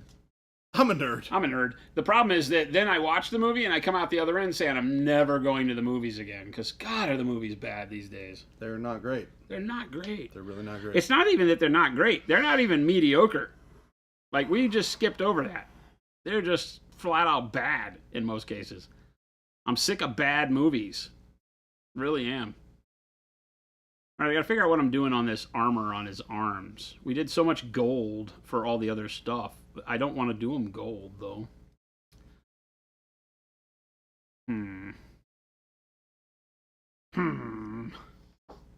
Well, you've got blues, purples, yellows. I think I got to do it with the Dark Sea Ben steel. Yeah, probably. That I kind of did on the front thing here. Yeah. Right? I don't know that I want to add another color in. I mean, green would be a nice color to add, but I don't think it makes sense in that area. You liked Alien Romulus, but sometimes someone pointed out to me that over the course of the film, they speed ran all the previous Alien movies in rapid succession correctly. It's exactly what I said. Is that it had the right idea, but it was a complete fan service movie that made no sense. And there were some parts where you're like, it's not like even I got out of the theater and thought about it and go, oh, that doesn't really make sense. It was while it was happening, I was like, what? Did they just try to pull? It's crazy to me that, like, fan service is such a crazy thing in that market. Because it's like... Well, it's easy. But let's just make the same scene with new people. You could literally make the exact same movie as the previous movie, and it would be better than just making a fan service movie.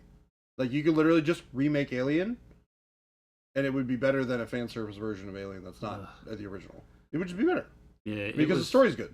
Romulus was just not. It didn't fly, and it had some amazing things to it. I think that's what frustrates me so much.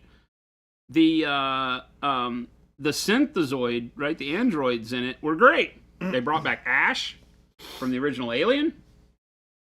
And I forget the new one's name, but he was great. I loved the actor. I loved what was going on with it. I loved the play on the fact that, like, his systems didn't work right, so it made it all funky the way he acted. And then when he interfaced with Ash, he took Ash's personality and became bitchin'. So I thought Romulus had so much potential, and it was all just squandered on bad fan service. Like, I like a little fan service. It's fun to have throwback Easter egg kind of stuff in there, but the whole movie?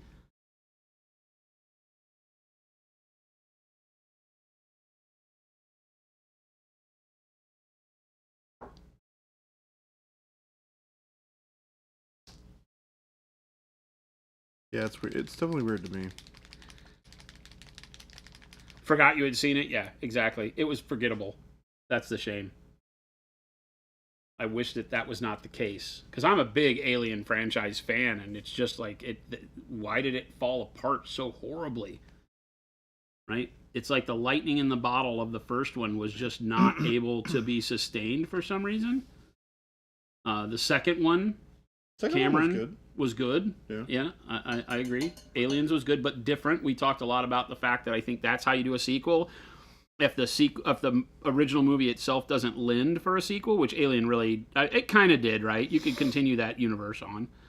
But I thought Aliens was great because it really did carry the universe on, but it didn't play off of any of the same tropes as the first one, other than the horror flick, right? The scare of it was there. But it did it in a totally different way. It added in some good humor, which the first one didn't have. Right? That's not true. The first one had a little bit, but it was very wry, realistic humor, not just, humor for Hollywood's sake. But, like, Bill Paxton was good humor in the second one. Game over, man. Game over. Somebody put her in charge. What we said is, that's Chris. Is Bill Paxton's character from Aliens. We decided that last week. Masucci? Or Chris Masucci? Yes. Yes. That tracks. It does, doesn't it? It really does, actually.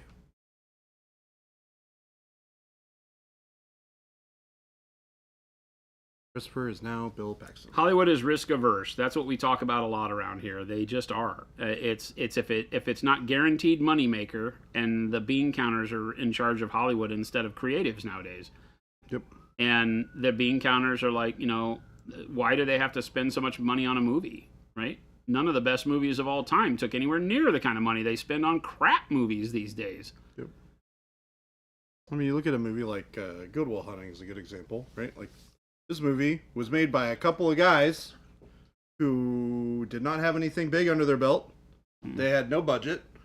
So they, coerced somebody famous into doing it, and turns out the script is really good, and the story is compelling, and that makes a good movie. And you still have some of that, but it's not where the focus is. It's not where they ply their trade nowadays, and it's really upsetting because you really would like to have like movies that make you think and leave you, you leave the theater and you're like, oh my god, what did we just watch? I am concerned about the new Lord of the Rings movie. The animated one? No, that one actually looks cool. What other ones are there? They're doing a Search for Gollum movie. Oh. Comes out in 2026. Who's doing it? Jackson? Yeah. Well, he did the Hobbit movies, though. I thought the Hobbit movies were okay. They were not the Lord of the Rings, but they were okay. They weren't horrible. The CGI was a little heavy-handed on some of it, but I can forgive that. They still evoked Tolkien and all that to me. It was a little campy, a little buddy cop in some areas, but I wasn't mad at it. It just didn't live up to Lord of the Rings, and so I get why people would be like, yeah, but it's hard because Lord of the Rings is just so good. Like, that trilogy is... But even it has a lot of problems with telling the right story and liberties they took. True. And it's like, why did you do that? Why did we have to not have very important characters and put other minor characters in there when it was just one more actor? Yeah. It works, though. Yeah, no, I don't have a problem with them all, but that's why I can also forgive The Hobbit. Because it really just kind of has the same level of, it's not that big a deal. Yeah, it's interesting. I'm curious. Because they're taking... I'm not sure how much is actually written about that time. But it is a pretty, long period of time, if I recall. It's like... Christopher, correct me if I'm wrong, but I want to say, that period of time is, I don't know, 20 or 30 years or something. Where, Gandalf runs out. And it's like, keep it secret, keep it safe. And he dips for 30 years. And tries to find Gollum and figure out more about this ring. Tune in, Christopher, and tell me how I'm wrong.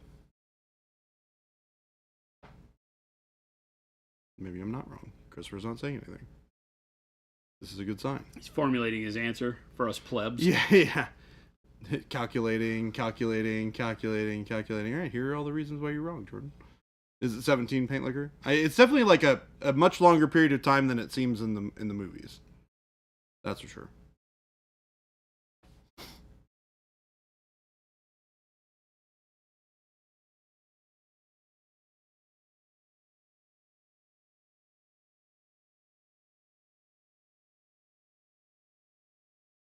Dissertation in production. I mean, Christopher is definitely the Tolkien guy around here.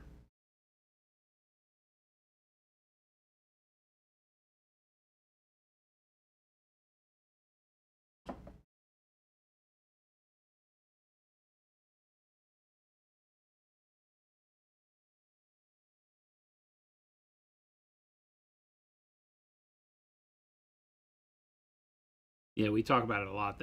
It's tough when you have books that can span lots of time, but in a movie that's difficult to do because of the aging of characters, right? Yeah.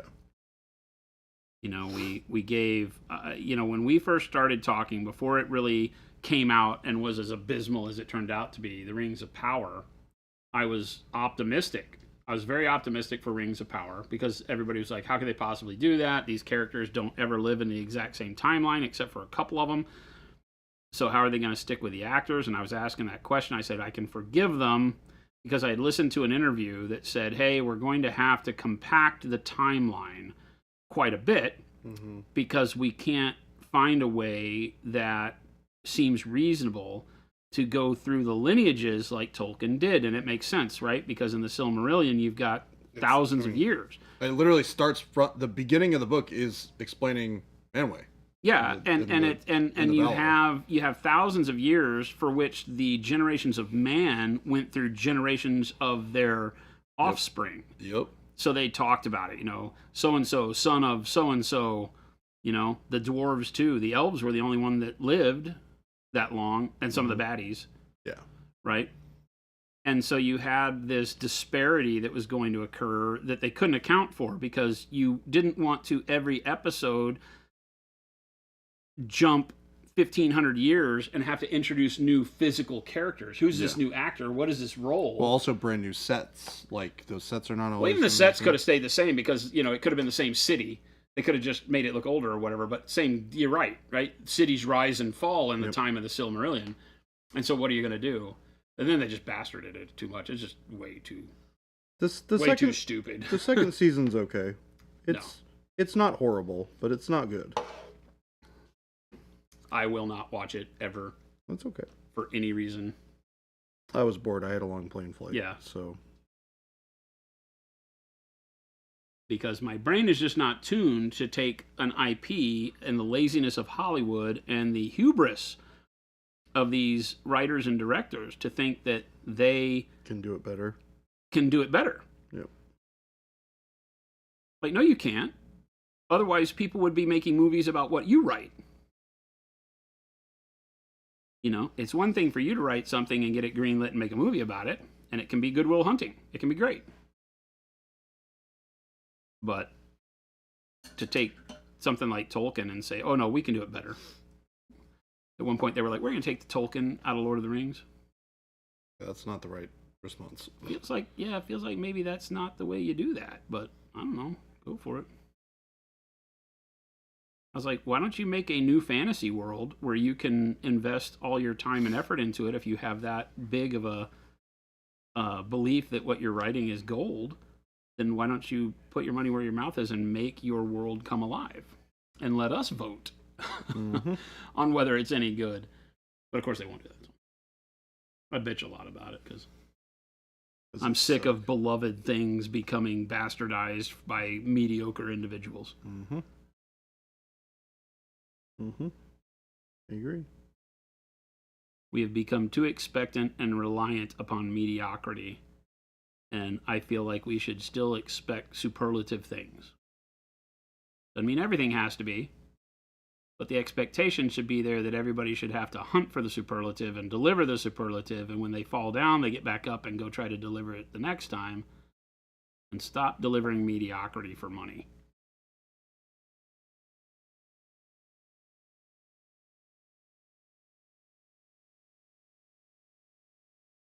And I've had to recently say that in like, going and picking up a sandwich from the deli. I got to be like, I should be able to expect more than mediocrity with my sandwich. Yep. Oh, 100%. Why is my sandwich that I ordered and then they label you a Karen. It's like, no, you just made bad make food. The damn sandwich the way I ordered the damn sandwich. This is not hard. Why should I have to expect a mediocre sandwich? Don't get me started. I'm already started. Don't get me started. I'm already started. We're here. We've arrived.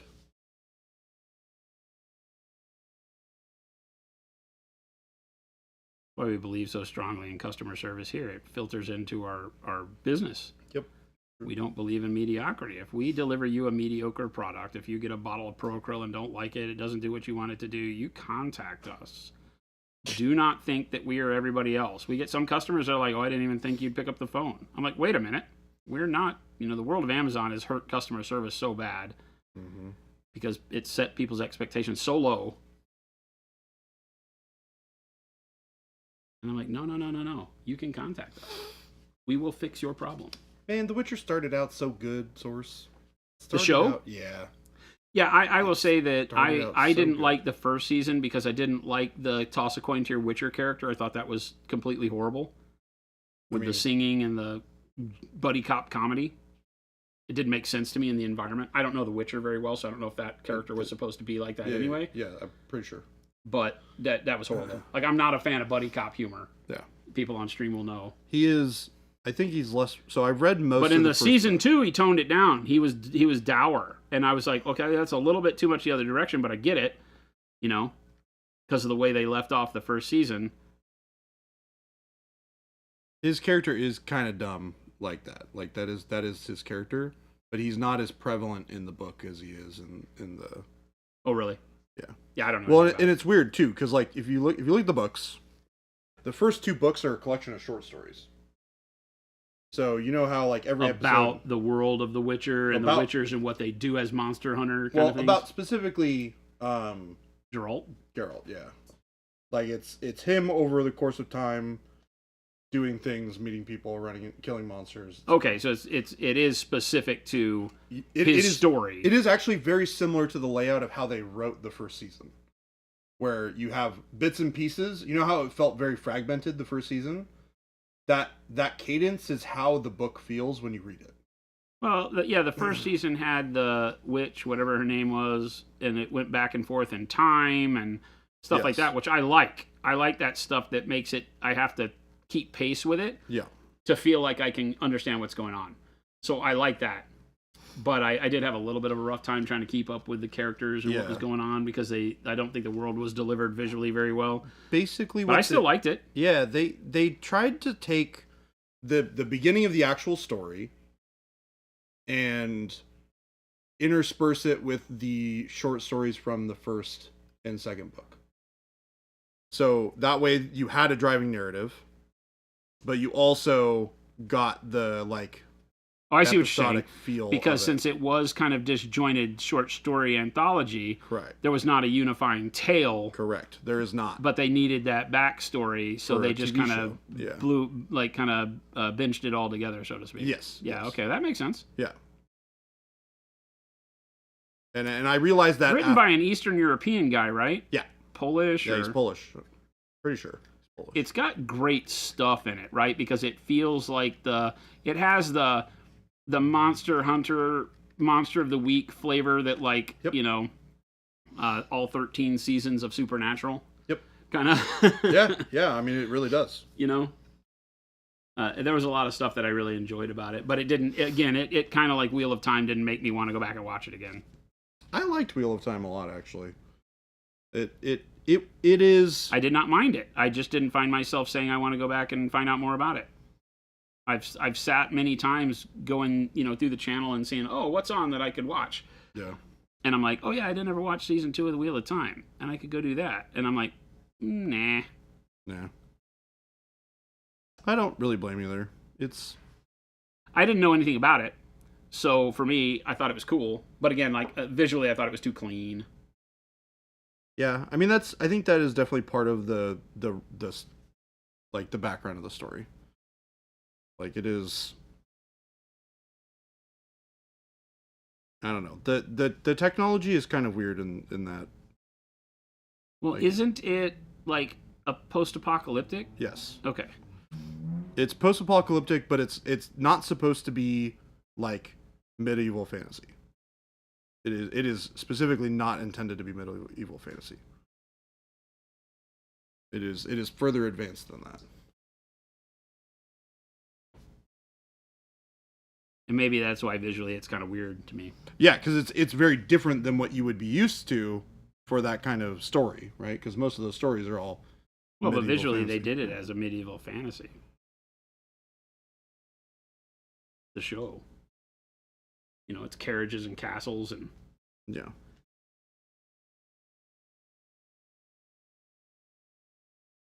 Like I said, not saying it's bad. I enjoyed it. Yeah. It's just I have a problem where I'm like, if it's tough for me to go back and want to invest a bunch of time in shows like that. Is really what it comes down to. Mm-hmm. I don't blame you. Makes sense to me. I have not been able to find. I've been hunting for years for a show that I really enjoy. I like Mindhunter, and then the guy got famous and stopped making the show that made him famous. That sucks. I mean, good on ya. But what about us?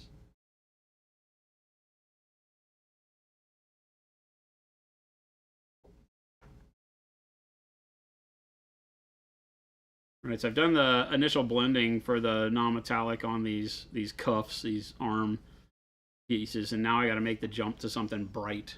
So, bright pale yellow it is.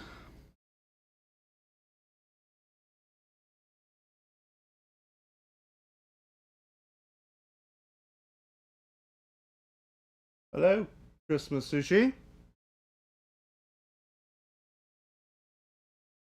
Hmm. Texture on that. Like it. Yeah. That's brown, right? Yeah. I used our coarse and then our fine. Coarse and then. Yeah. Okay.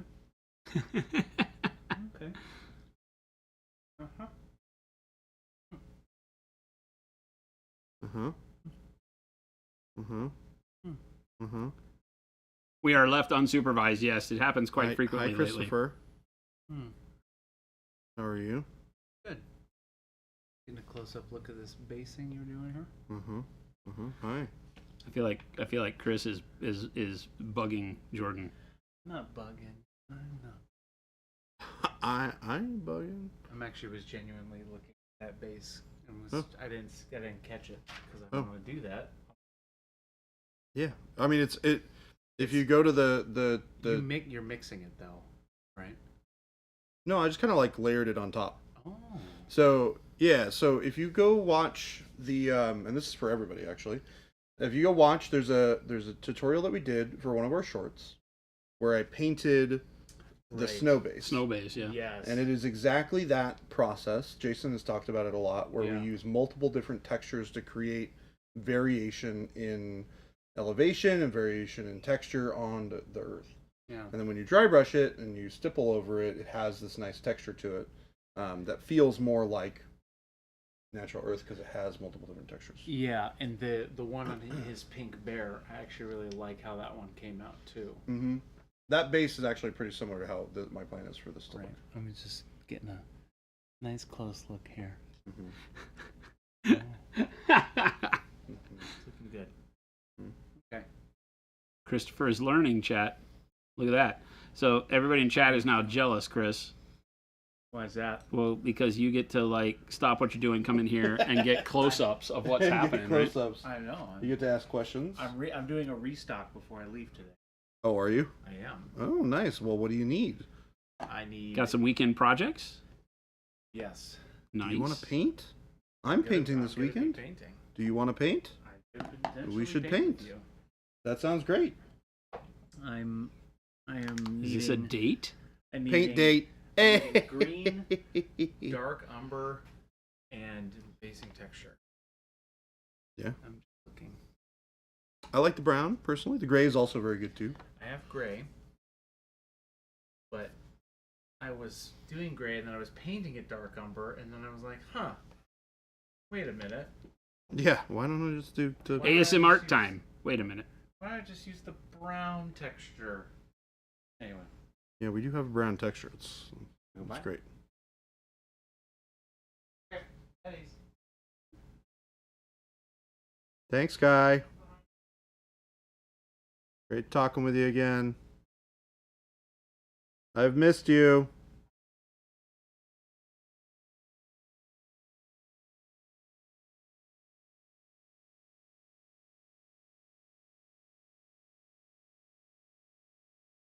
So I'm using our black brown to paint all the built up earth on this. It's very similar in color to our basing texture.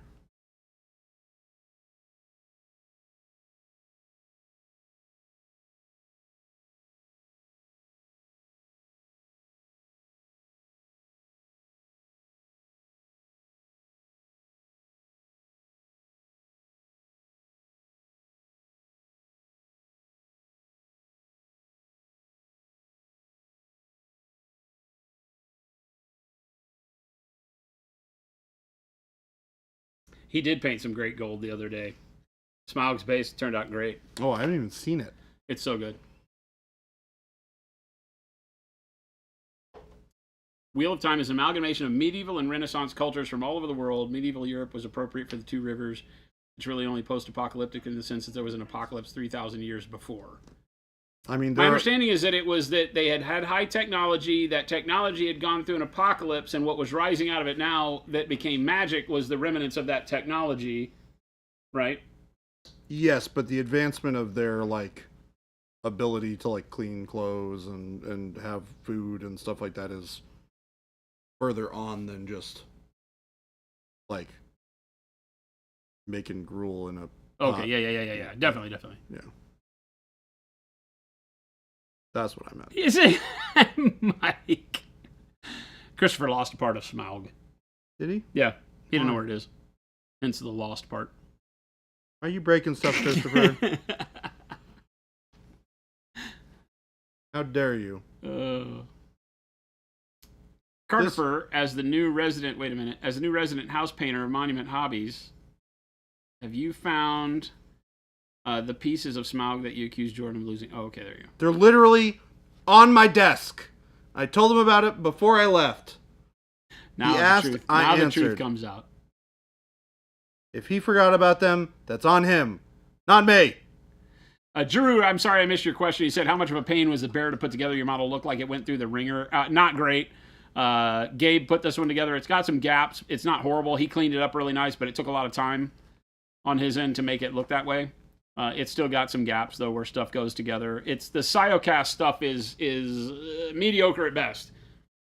That's not true. It's the higher side of mediocre because it shrinks so much in the mold, and if you have keyed pieces that have to go together, you've got to engineer them in a way that expects shrinkage, and that's very difficult to do. So, it's good.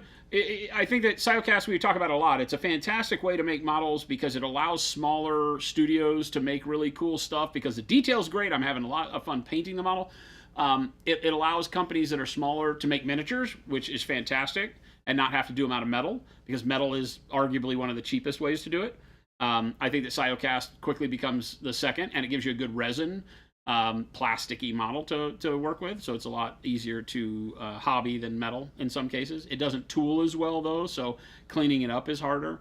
And then it has its issues with engineering the model because you've got to think in terms of what it does well and what it doesn't do well and engineer the model to cover what it doesn't do well, which is, if you've got seams, make sure that they have a big shoulder pad that covers up where the seam of the arm goes together, but it still has a big gap that can't really be closed up without a ton of hobby work on it. And, depends on if you want to do that or not as to how much time you put, like anything. Gabe did it. He did a great job. I didn't touch it after that. I just started throwing paint on it, so. But he has not built any of the other models from Warcrow because they seem to be much worse than this one. So.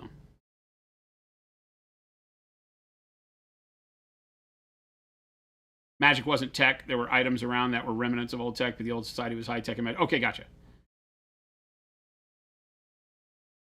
Yeah, I didn't know anything about it. I'm not going to pretend like I did. I was like, Wheel of Time, whatever. All I knew is Wheel of Time got finished by Brandon Sanderson, not my favorite author, so I wasn't interested. But I watched the show because it was fantasy, and I'm a sci-fi nerd and fantasy nerd, and so I was like, oh, well, I'll give it a shot. And I was not disappointed. I thought that the show was fun. But like I'm saying, it just didn't rope me into wanting to go back and, be anxious for season 2. But like I've gotten tired, like I said, I'm a grumpy old man. I've gotten tired of like House of the Dragon. We didn't finish that. Jen and I both were kind of like, do you care? And she's like, no. And I'm like, me neither. I haven't even watched second season yet. Yeah. We started trying to, and we were like, meh. It has some neat parts to it.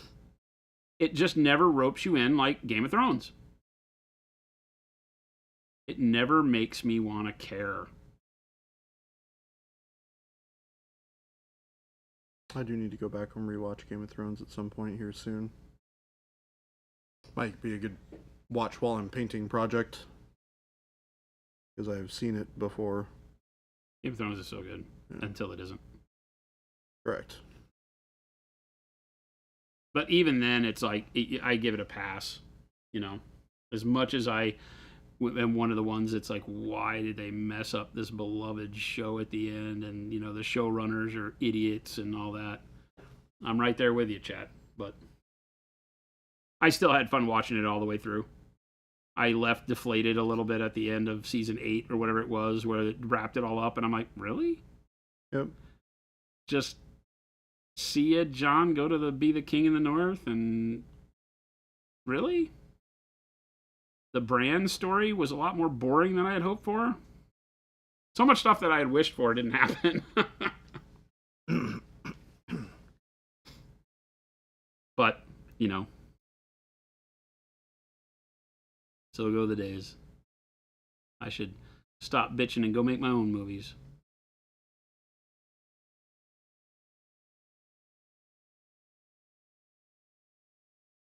I know so much about it. Got so much opinion.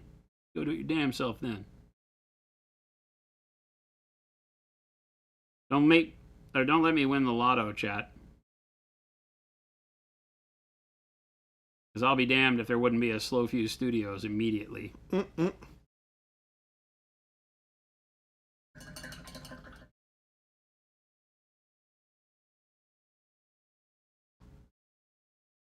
Biggest fall from grace, Game of Thrones, you think? Were there any? What are the other big ones? It's definitely the one that jumps out to my head. Lost. I think it's bigger. Oh yeah, Lost is pretty. I think Lost is bigger because it definitely lost more momentum than Game of Thrones did. Game of Thrones shoved you in with a 5 o'clock on Friday, we're done making this show. You know, thanks for all the money. Feeling, which feels bad for sure. But from what I've heard, Lost is one that had way more commitment attached to it with, like, are you kidding me? Maybe Battlestar Galactica might be one for most people. I still think that show's great. The new one? No, the newer one? Yeah, the 2004 one. Yeah. You say the newer one, and I go, that one's 20 years old. It's newer than the original. It is newer than the original. You are correct. Hence, newer. They're so different from one another. It's they're not even the same. Yeah, it's so hard for me to even realize that those are like this even related. But I think, you know, and that would be one where I'd be like, you know, hey, but I think they took a license with the story that worked really well. Yeah. I did not necessarily like all of the newer Battlestar Galactica. I felt like some of the characters were lackluster. Some of the story got a little bit too into itself. It gets really deep into the like theology of the universe, and like it's well, it's got its own god complex, right? Yeah. And I love that stuff. So for me, it was like there was a lot of good to that, but yeah, it was a rough watch sometimes because some of the episodes were like, can you please just get out of your way and tell us a story? All of the Starbuck going psycho and I forget what it was, on a planet. She was like in a psycho ward or something. I was like, yeah, this is a little long in the tooth. Is this really necessary? Oh, that's when they're on Caprica, New Caprica. And she's basically being held hostage by some guy. Some weird Cylon dude. It's a Cylon, yeah. Yeah. Right? I don't know. Yeah. What's his name? Leoben. The problem with Wheel of Time is that the story is sprawling epic that's 13 or 14 thick books. To tell the story, you need more seasons of the show. Oh, yeah. Isn't that always a problem? Right. Well, it's tough, too, now that... Dude, I would make an Age of Anger movie if I hit the lotto. There you go. It's a great world. It would be a really cool story if we could get the right stuff set up to tell that story that way. Oh, heck yeah. Don't think I wouldn't. That would be really cool, actually. Do I play the lotto? No. Whenever it hits like $1 billion, I go buy like $20 worth of Quick Picks just to tell myself that I tried. Yeah, it's like one of those, like, you lose every... Can't win if you don't try. Every drawing that you never enter. Yeah, you miss every shot you don't take. Yep, that one.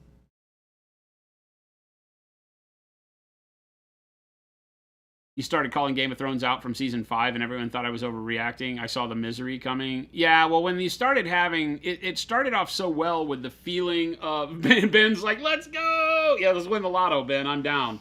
We're heroes if I win the lotto. Or maybe if you win the lotto, you would come and do this with us too. But Ben is the developer of Age of Angra. And our next game, too. Which is amazing. You saw Ben get excited about 5 seconds before... Jason said he'd make an Age of Angra movie. Yeah, exactly. He's like, ah!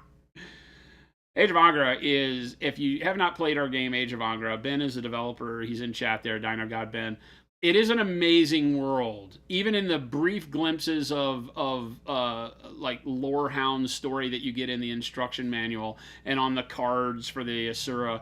It is an amazing story because it takes like so much rich history of like Middle Eastern mythology and these great stories and throws it into this really cool fantastical world and what has happened and how it's happening, and gives it a good solid definition for its existence. And does it in a way that lets your brain just go. Like, immediately just goes. Like, there's a story in the book about, like, a herpetologist. Yeah, because herpetologist is, like, reptiles, right? Or something like... Anyway, it's an agricultural studies guy talking about the effect that the breach has had on the nature and land around where the tower is and all this stuff. And it really drives you into an everyman's story about Age of Angra. And then you have these towering freaking monstrosities that are fighting along you in this magical world, and it brings mysticism in with that touch of reality that feels really good. So, love it. Expanse is good. Yeah, Expanse is great. But Game of Thrones, I felt like when you started doing time jumps, I had worries. Was that season 5 or season 6? It started off it started off on a really good note where it felt weighty. The time of the land felt weighty. When people needed to travel from one place to the other, by the time they got there, they were beat up, worn, totally different, sick of being on the road, lost some people to bandits. You had a whole story that was told from point A to point B without having to see the story in between. Which show? Game of Thrones. Oh, yeah. The travel, by horseback across the land isn't going to happen in 15 seconds. And then there were episodes where it started happening in 15 seconds. Scene cut to somebody else having dialogue, and then cut back, and they've gone from Winterfell to King's Landing. Yes. And you're like, what? This should take like 2 seasons for them to get there. These people are still in the same clothes. Yep. It was like the way Rings of Power is so hokey like that. It did the same thing. It's like they set off to talk to the dwarves, and that journey was tremendous in the books, and they just show up. It was like a sitcom. It was like they opened the door of the fake house and went out to the fake porch and closed the door and wound up in the restaurant on the other side. That's how Rings of Power does its timeline. It was like so hokey and stupid. And Game of Thrones started doing that. I was like, ugh. It's weird because I never thought about how good it was in the first episodes because it just made it feel like what you wanted to watch. Yep. It wasn't something I would nail in on. And then when it was bad, you immediately pointed at it and said, W2F just happened there. Yeah. Well, it feels natural, so you don't think about it, right? You're like, yeah, this all makes sense. You don't think about it. And then when it's wonky, you go, this should take longer for this person to get here. But are you watching on Roku? There's like a Twitch app on Roku, and it's 30 minutes behind the live. No, not 30 minutes. Really? That's insane. DiCaprio said, I read a lot of fantasy in the 90s, early 2000s. When I knew it was based in George R.R. Martin, I knew it was going to be crap. He's hit or miss. He has some okay stuff with like the superhero things, but it's all very kind of, he's overrated. I will say that from my perspective, given the counterplay of other authors, if that's fair to say. They did wear the same clothes all the time in Game of Thrones. That's lore accurate. I mean, like, didn't even change into their night clothes. It's the same day. They did not wear the same clothes every day. They at least had 2 pairs of pants. Hated the proto-molecule crap both times, but other than that, the series was really well made. From the book or from the TV show? He said he watched The Expanse twice. Oh, okay. I thought the series was well done. The acting is standard, like, cheap sci-fi channel at the beginning, and then they grow into their roles, and the characters really are defined well, and I thought it worked. I read the books. Yeah. And then the show couldn't keep up because the books are a political narrative. Yeah, the books are so good. Wrapped in a sci-fi world, and the politics make the books what they are. Yep. The show could not align itself correctly to make the political landscape really play out. It became like the one bad dude president and everybody else da-da-da-da-da, and it just didn't work because like the Belters, that whole thing didn't carry the weight in the show that it did in the books. Yeah. All of the story was really heavy into the politics of classism and all of the things, the Belters being the nondescripts and Mars and Earth fighting a war that didn't even take into account what was really important, and it had weight and made all the actions of all the characters so much more weighty in their decisions. Yeah. And the show just missed it for that. It became kind of very serialized action movie around the proto-molecule, which kind of lost it for me. You were chiming into topics long past. We're like, hey, are you okay, bud? Yeah, where's a Fritz Leiber series? Or where's, yeah, I mean, we could go on and on and on and on and on. That's like who you know and who's got money and enjoys a book. So that's always going to be a struggle, right? Husbando got stuck at work, had to run and pick the kiddo up. Oh, jeez. Yeah. This is like my favorite topic at all. We've joked around here we need to do a podcast where all we do is sit down and it's like the Angry Nerd podcast where all we do is just sit down and talk about where... We should. But the problem with that is I always feel like there's a hypocrisy element to it because it's like, well, then go make a movie. If you got it all figured out, go make a movie. Mean, sometimes it's just... Because I don't like movie critics. But sometimes it's just fun to yap. Yeah, exactly. You know, it's like, we don't... we're not saying that we have it all figured out, but we have opinions, right? And we like to talk about our opinions and you know, it's like making army lists for games like War Machine. Yeah. You sit around, you talk about your ideas. It's meta. It's metagaming. Yeah. It's what we're doing. Yeah. We're metagaming about Hollywood and why they suck so bad. Yes. Never read the books, but those parts in the series were great. Just thought the Proto-Molecule made it too wishy-washy fantasy. The Proto-Molecule is a lot different in the books. It is. It's less monster. It is the boogeyman in the books, but not like in the show. And some of that's just because some of the stuff that you get that works so well in books is so hard to pull off visually. Yes. Some of my best, like Saga of the Seven Sons, Hollywood. Why wouldn't you pick up Kevin J. Anderson's Saga of the Seven Sons? Tremendous storyline, great space opera. It would blow Star Wars to bits if done right because the story is just so much better. Mm-hmm. And it has that feel. It has that grandiose, weird races, crazy stuff going on, blah, blah, blah, blah. But it'd be impossible to do. Yeah. Right? It would be impossible. It would turn out probably horribly. They'd butcher the hell out of it. The CGI could probably keep up, but it's all about hydroids and phyrons and these things that are like the creatures that live in gas giants. And so they're formless. Mm-hmm. And that's kind of what gives them the spooky boogeyman feel in the books is that they're not just humanoids and spaceships that talk a different language like other sci-fi stuff. It's like, oh, this is really crazy. Yeah. Right?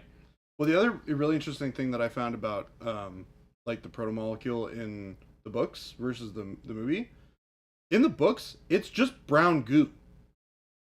It doesn't glow blue. Oh no. It's just brown goo. It's in the books it's very much like the black goo from Alien. Yeah. Yeah. It's kind of its corollary is that if you look at what they've done with Alien with the black goop, that is the Proto-Molecule. It's basically able to change life at an atomic level. Yes. Change the universe at an atomic level, but it is like it's not sentient, but pseudo-sentient almost. It bonds with the sentience of the things around it. Yes. And, it's like it's programmed. It has a programming aspect to it. Yeah, exactly. Dark Matter. I watched some of that. Yeah, I couldn't finish it personally. Yeah. Malazan. Ooh, don't get me started. Don't get me started. Oh my god, it's like the what is the one that's like the I haven't even finished Malazan. The powder mages that he does a book of too. Oh, you're thinking about Sanderson, and you're thinking about starts with an M. Mistborn. Yeah, Mistborn. Yeah. I feel like Mistborn and Malazan are the same book. Oh. In my frustration. Really? Not the same book in storyline. Oh, okay. The same book and the amount of frustration they cause for me. You don't like Mistborn? No, obviously not. But what do you not like about it? How many chapters is it going to take before you start telling me a story? Is the entire that's how I summarize Mistborn. Here's a girl. Here's a setting. Yeah. How many chapters and how many books do I have to wait before anything valuable happens in a book? How many times do I travel around the world to do nothing so you can tell me how destitute the world is and the way the workforce works and these plantations that they have people and the savior is amongst us and the Mistborn is coming and build it up and then I'm like, I can't even get out of its own way. Yeah. It's selling pages. It's knowing that I've written something that needs to sell 8 books So I'm going to take 8 books to tell my story when it could have been told in 1. He definitely is is long in the tooth. Yeah, him and Anne Rice need to sit down and be partners for life because they do the same thing. They have great ideas and amazing stories that can be told and can't get out of their own way to actually tell them. Yeah. If you got all the time in the world, you'll love them because lots of people love them. I don't have all the time in the world for it. I'm also not, it sounds funny because when I say that, it feels like I'm a Cliff's Notes guy, but I'm not. No. I like a very clear, good concise in-depth critical thinking novel, and I don't care how long it is if it tells me a story the whole time and keeps me engaged. Yes. Brandon Sanderson does not keep you engaged.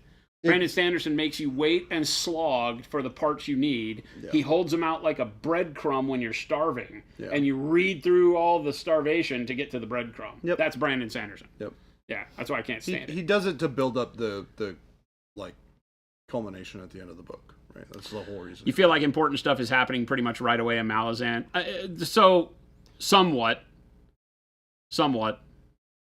but the story doesn't move itself along. It tells a lot of story about a lot of people that absolutely don't have anything to do with one another, and you feel like somebody's important, and then you get to the end of the book, and book 2 has nothing to do with these people that were supposedly important. And you've told me you got to read 4 books to get to the point where it starts picking up the series, and I'm like, you don't truly understand the core like underlying story until like book 4. Yeah, like book 4. Yeah, or book 3.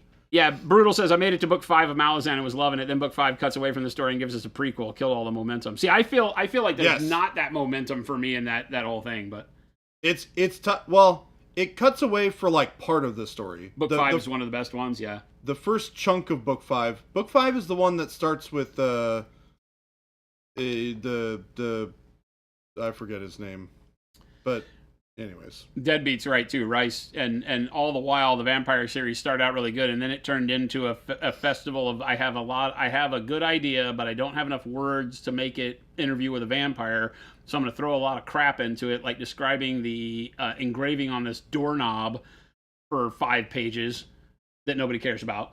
That was what those Anne Rice turned into. Yeah. And I get it to some extent. You write a great book, it pours out all of your love for this storyline that you've thought up, and it does super well, and they say, write another one. What do? I don't have another book in me about that. What do I do?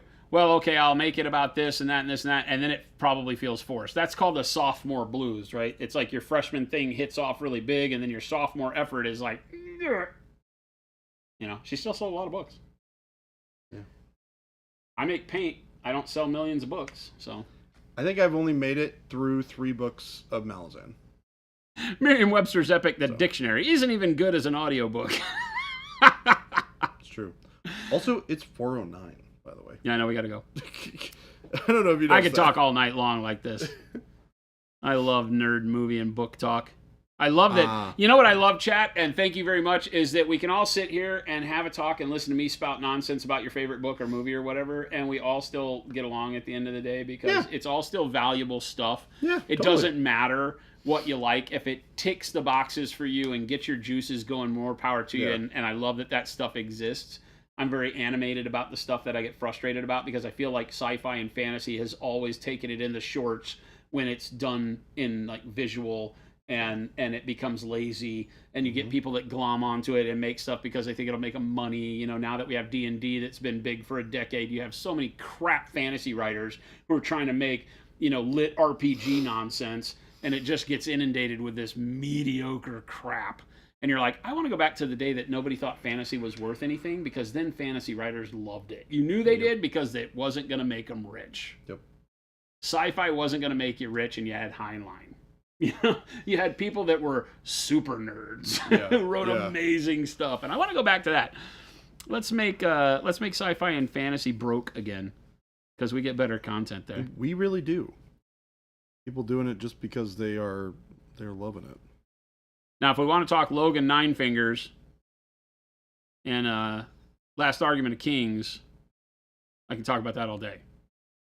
There's a good fantasy novel. Or series. Argument of Kings. Why does that sound familiar? Because it's good. It's very violent. It's very violent and gritty and isn't filled with tons of magic. Magic is very minimal in it. Oh, but when magic happens, it's like OMG. Like, what the hell? I like books that are like They have magic in them, but it's all weird and nobody really knows anything about it. Sort Yeah. of. They're Like, very taxing, very crazy. it's like Lord of the Rings. Lord of the Rings is a good example of Same that. thing. Yeah. The wizards were very, very powerful, Yep. but you couldn't have had a lot of them. Yeah. They'd have cracked the world in half. They also didn't use their powers very often. Brutal just started that book this week. Hopefully you like it. It's really, really good. The wild amount of indie authors who write what they want to read instead of what will sell. Yeah, and that's probably pretty good, right? It's the same kind of thing when you can have people express their own vision, without having to run through a bunch of preconceived notion of what will sell. It's a great series. Now, unfortunately, you want all of the other books after the original trilogy to be as good, and they're just not. I forget what it is, the Heroes of the Land individual one-offs are okay, but the second trilogy I haven't been into giving. It's like got Dan Glokta's like daughter and all the characters' sons and stuff, and it's not as good. It feels like, I can continue making money if I write more books. But the first trilogy is done by somebody who had a love for their art and created great stuff. It would be great as like a series, but I don't know that they'd ever pull it off well. It's very Game of Thrones-ish in the visual sense that you would get from it. Yeah. And it is highly political and all that, but not like Game of Thrones. Is that like, the one with the main character where one of the main characters that's like a torturer? Is it what? Is yes. it a torturer? Yeah, he's the Inquisitor. Yeah. Okay. Yeah, it's told from these different points of view, and It's one like of them is the that guy- Inquisitor guy who's going Some around torturing orc everybody. or something. Huh? Some orc lady, I think, isn't the another point of view character. Orc? No. Oh, maybe some other. I don't know. Some female character, I think. The Shannara ones. Dungeon Crawler Carl. It's really amazing. Is it? It would never grab me just by the title. We're out of here. The Bobaverse books are pretty good. The first one I really liked.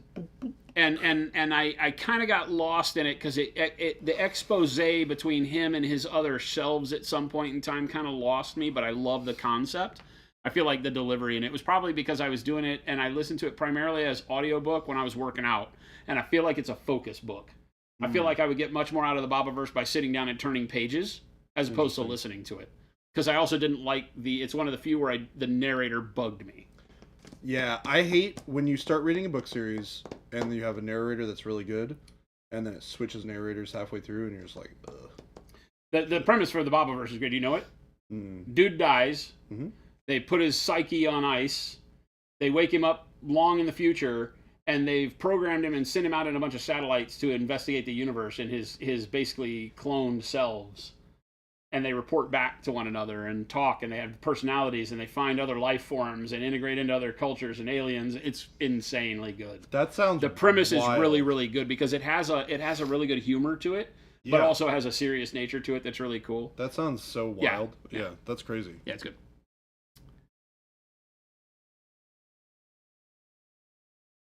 Bud, have a good weekend. Hopefully you have good shows. Mike, you out of here. We are out of here. Keep You guys have talking. been awesome. Nope. Well, it went from 5:09 to 4:15. Yes. So have a wonderful weekend. Thanks for hanging out with us. Every day we stream from 2 p.m. to 4 p.m. Monday through Friday. Same bat time, same bat channel. We'd love to have you back. So I guess we got to type the things ourselves. Yeah. Here, I can do the outro while you type. Okay. Make sure you guys give us a follow so you can get the notifications when we go live. Make sure you also check and... Whoa. Wait, what happened? Oh, okay. Buy some paint so we can feed ourselves. Yes. I like having a paycheck. You guys buying paints lets him pay me. Oh, But Jen pay me, I guess. buy it from your local gaming store so they can feed their families, and Yep. you can have cool places to go play. Later, Ben. Had that not been for local gaming stores, I would not know Ben from Dino That's Gods. also true. We met at War Machine Night. I know. And make sure you guys check out the Discord. Nearly 5,000 amazing artists, just like you. Just like you. And then we got the YouTube. Can't forget the YouTube. We got the YouTube link on there. Oh, I'm not done. Don't forget to check out the YouTube, guys. You can check all of our I got more? tutorials. I got more. Yeah. There you go. There you go. Yeah, all the streams go immediately over to the live tab on YouTube. So if you came in late or you had to tune out early, you can catch them all back on YouTube. Great. Oh, It's man. great. All right, gang. Have a wonderful weekend. We'll stick around. We're going to find somebody to raid, so show love in the chat we wind up in. Don't go changing. We'll see you back here Monday. See you Adios. not tomorrow.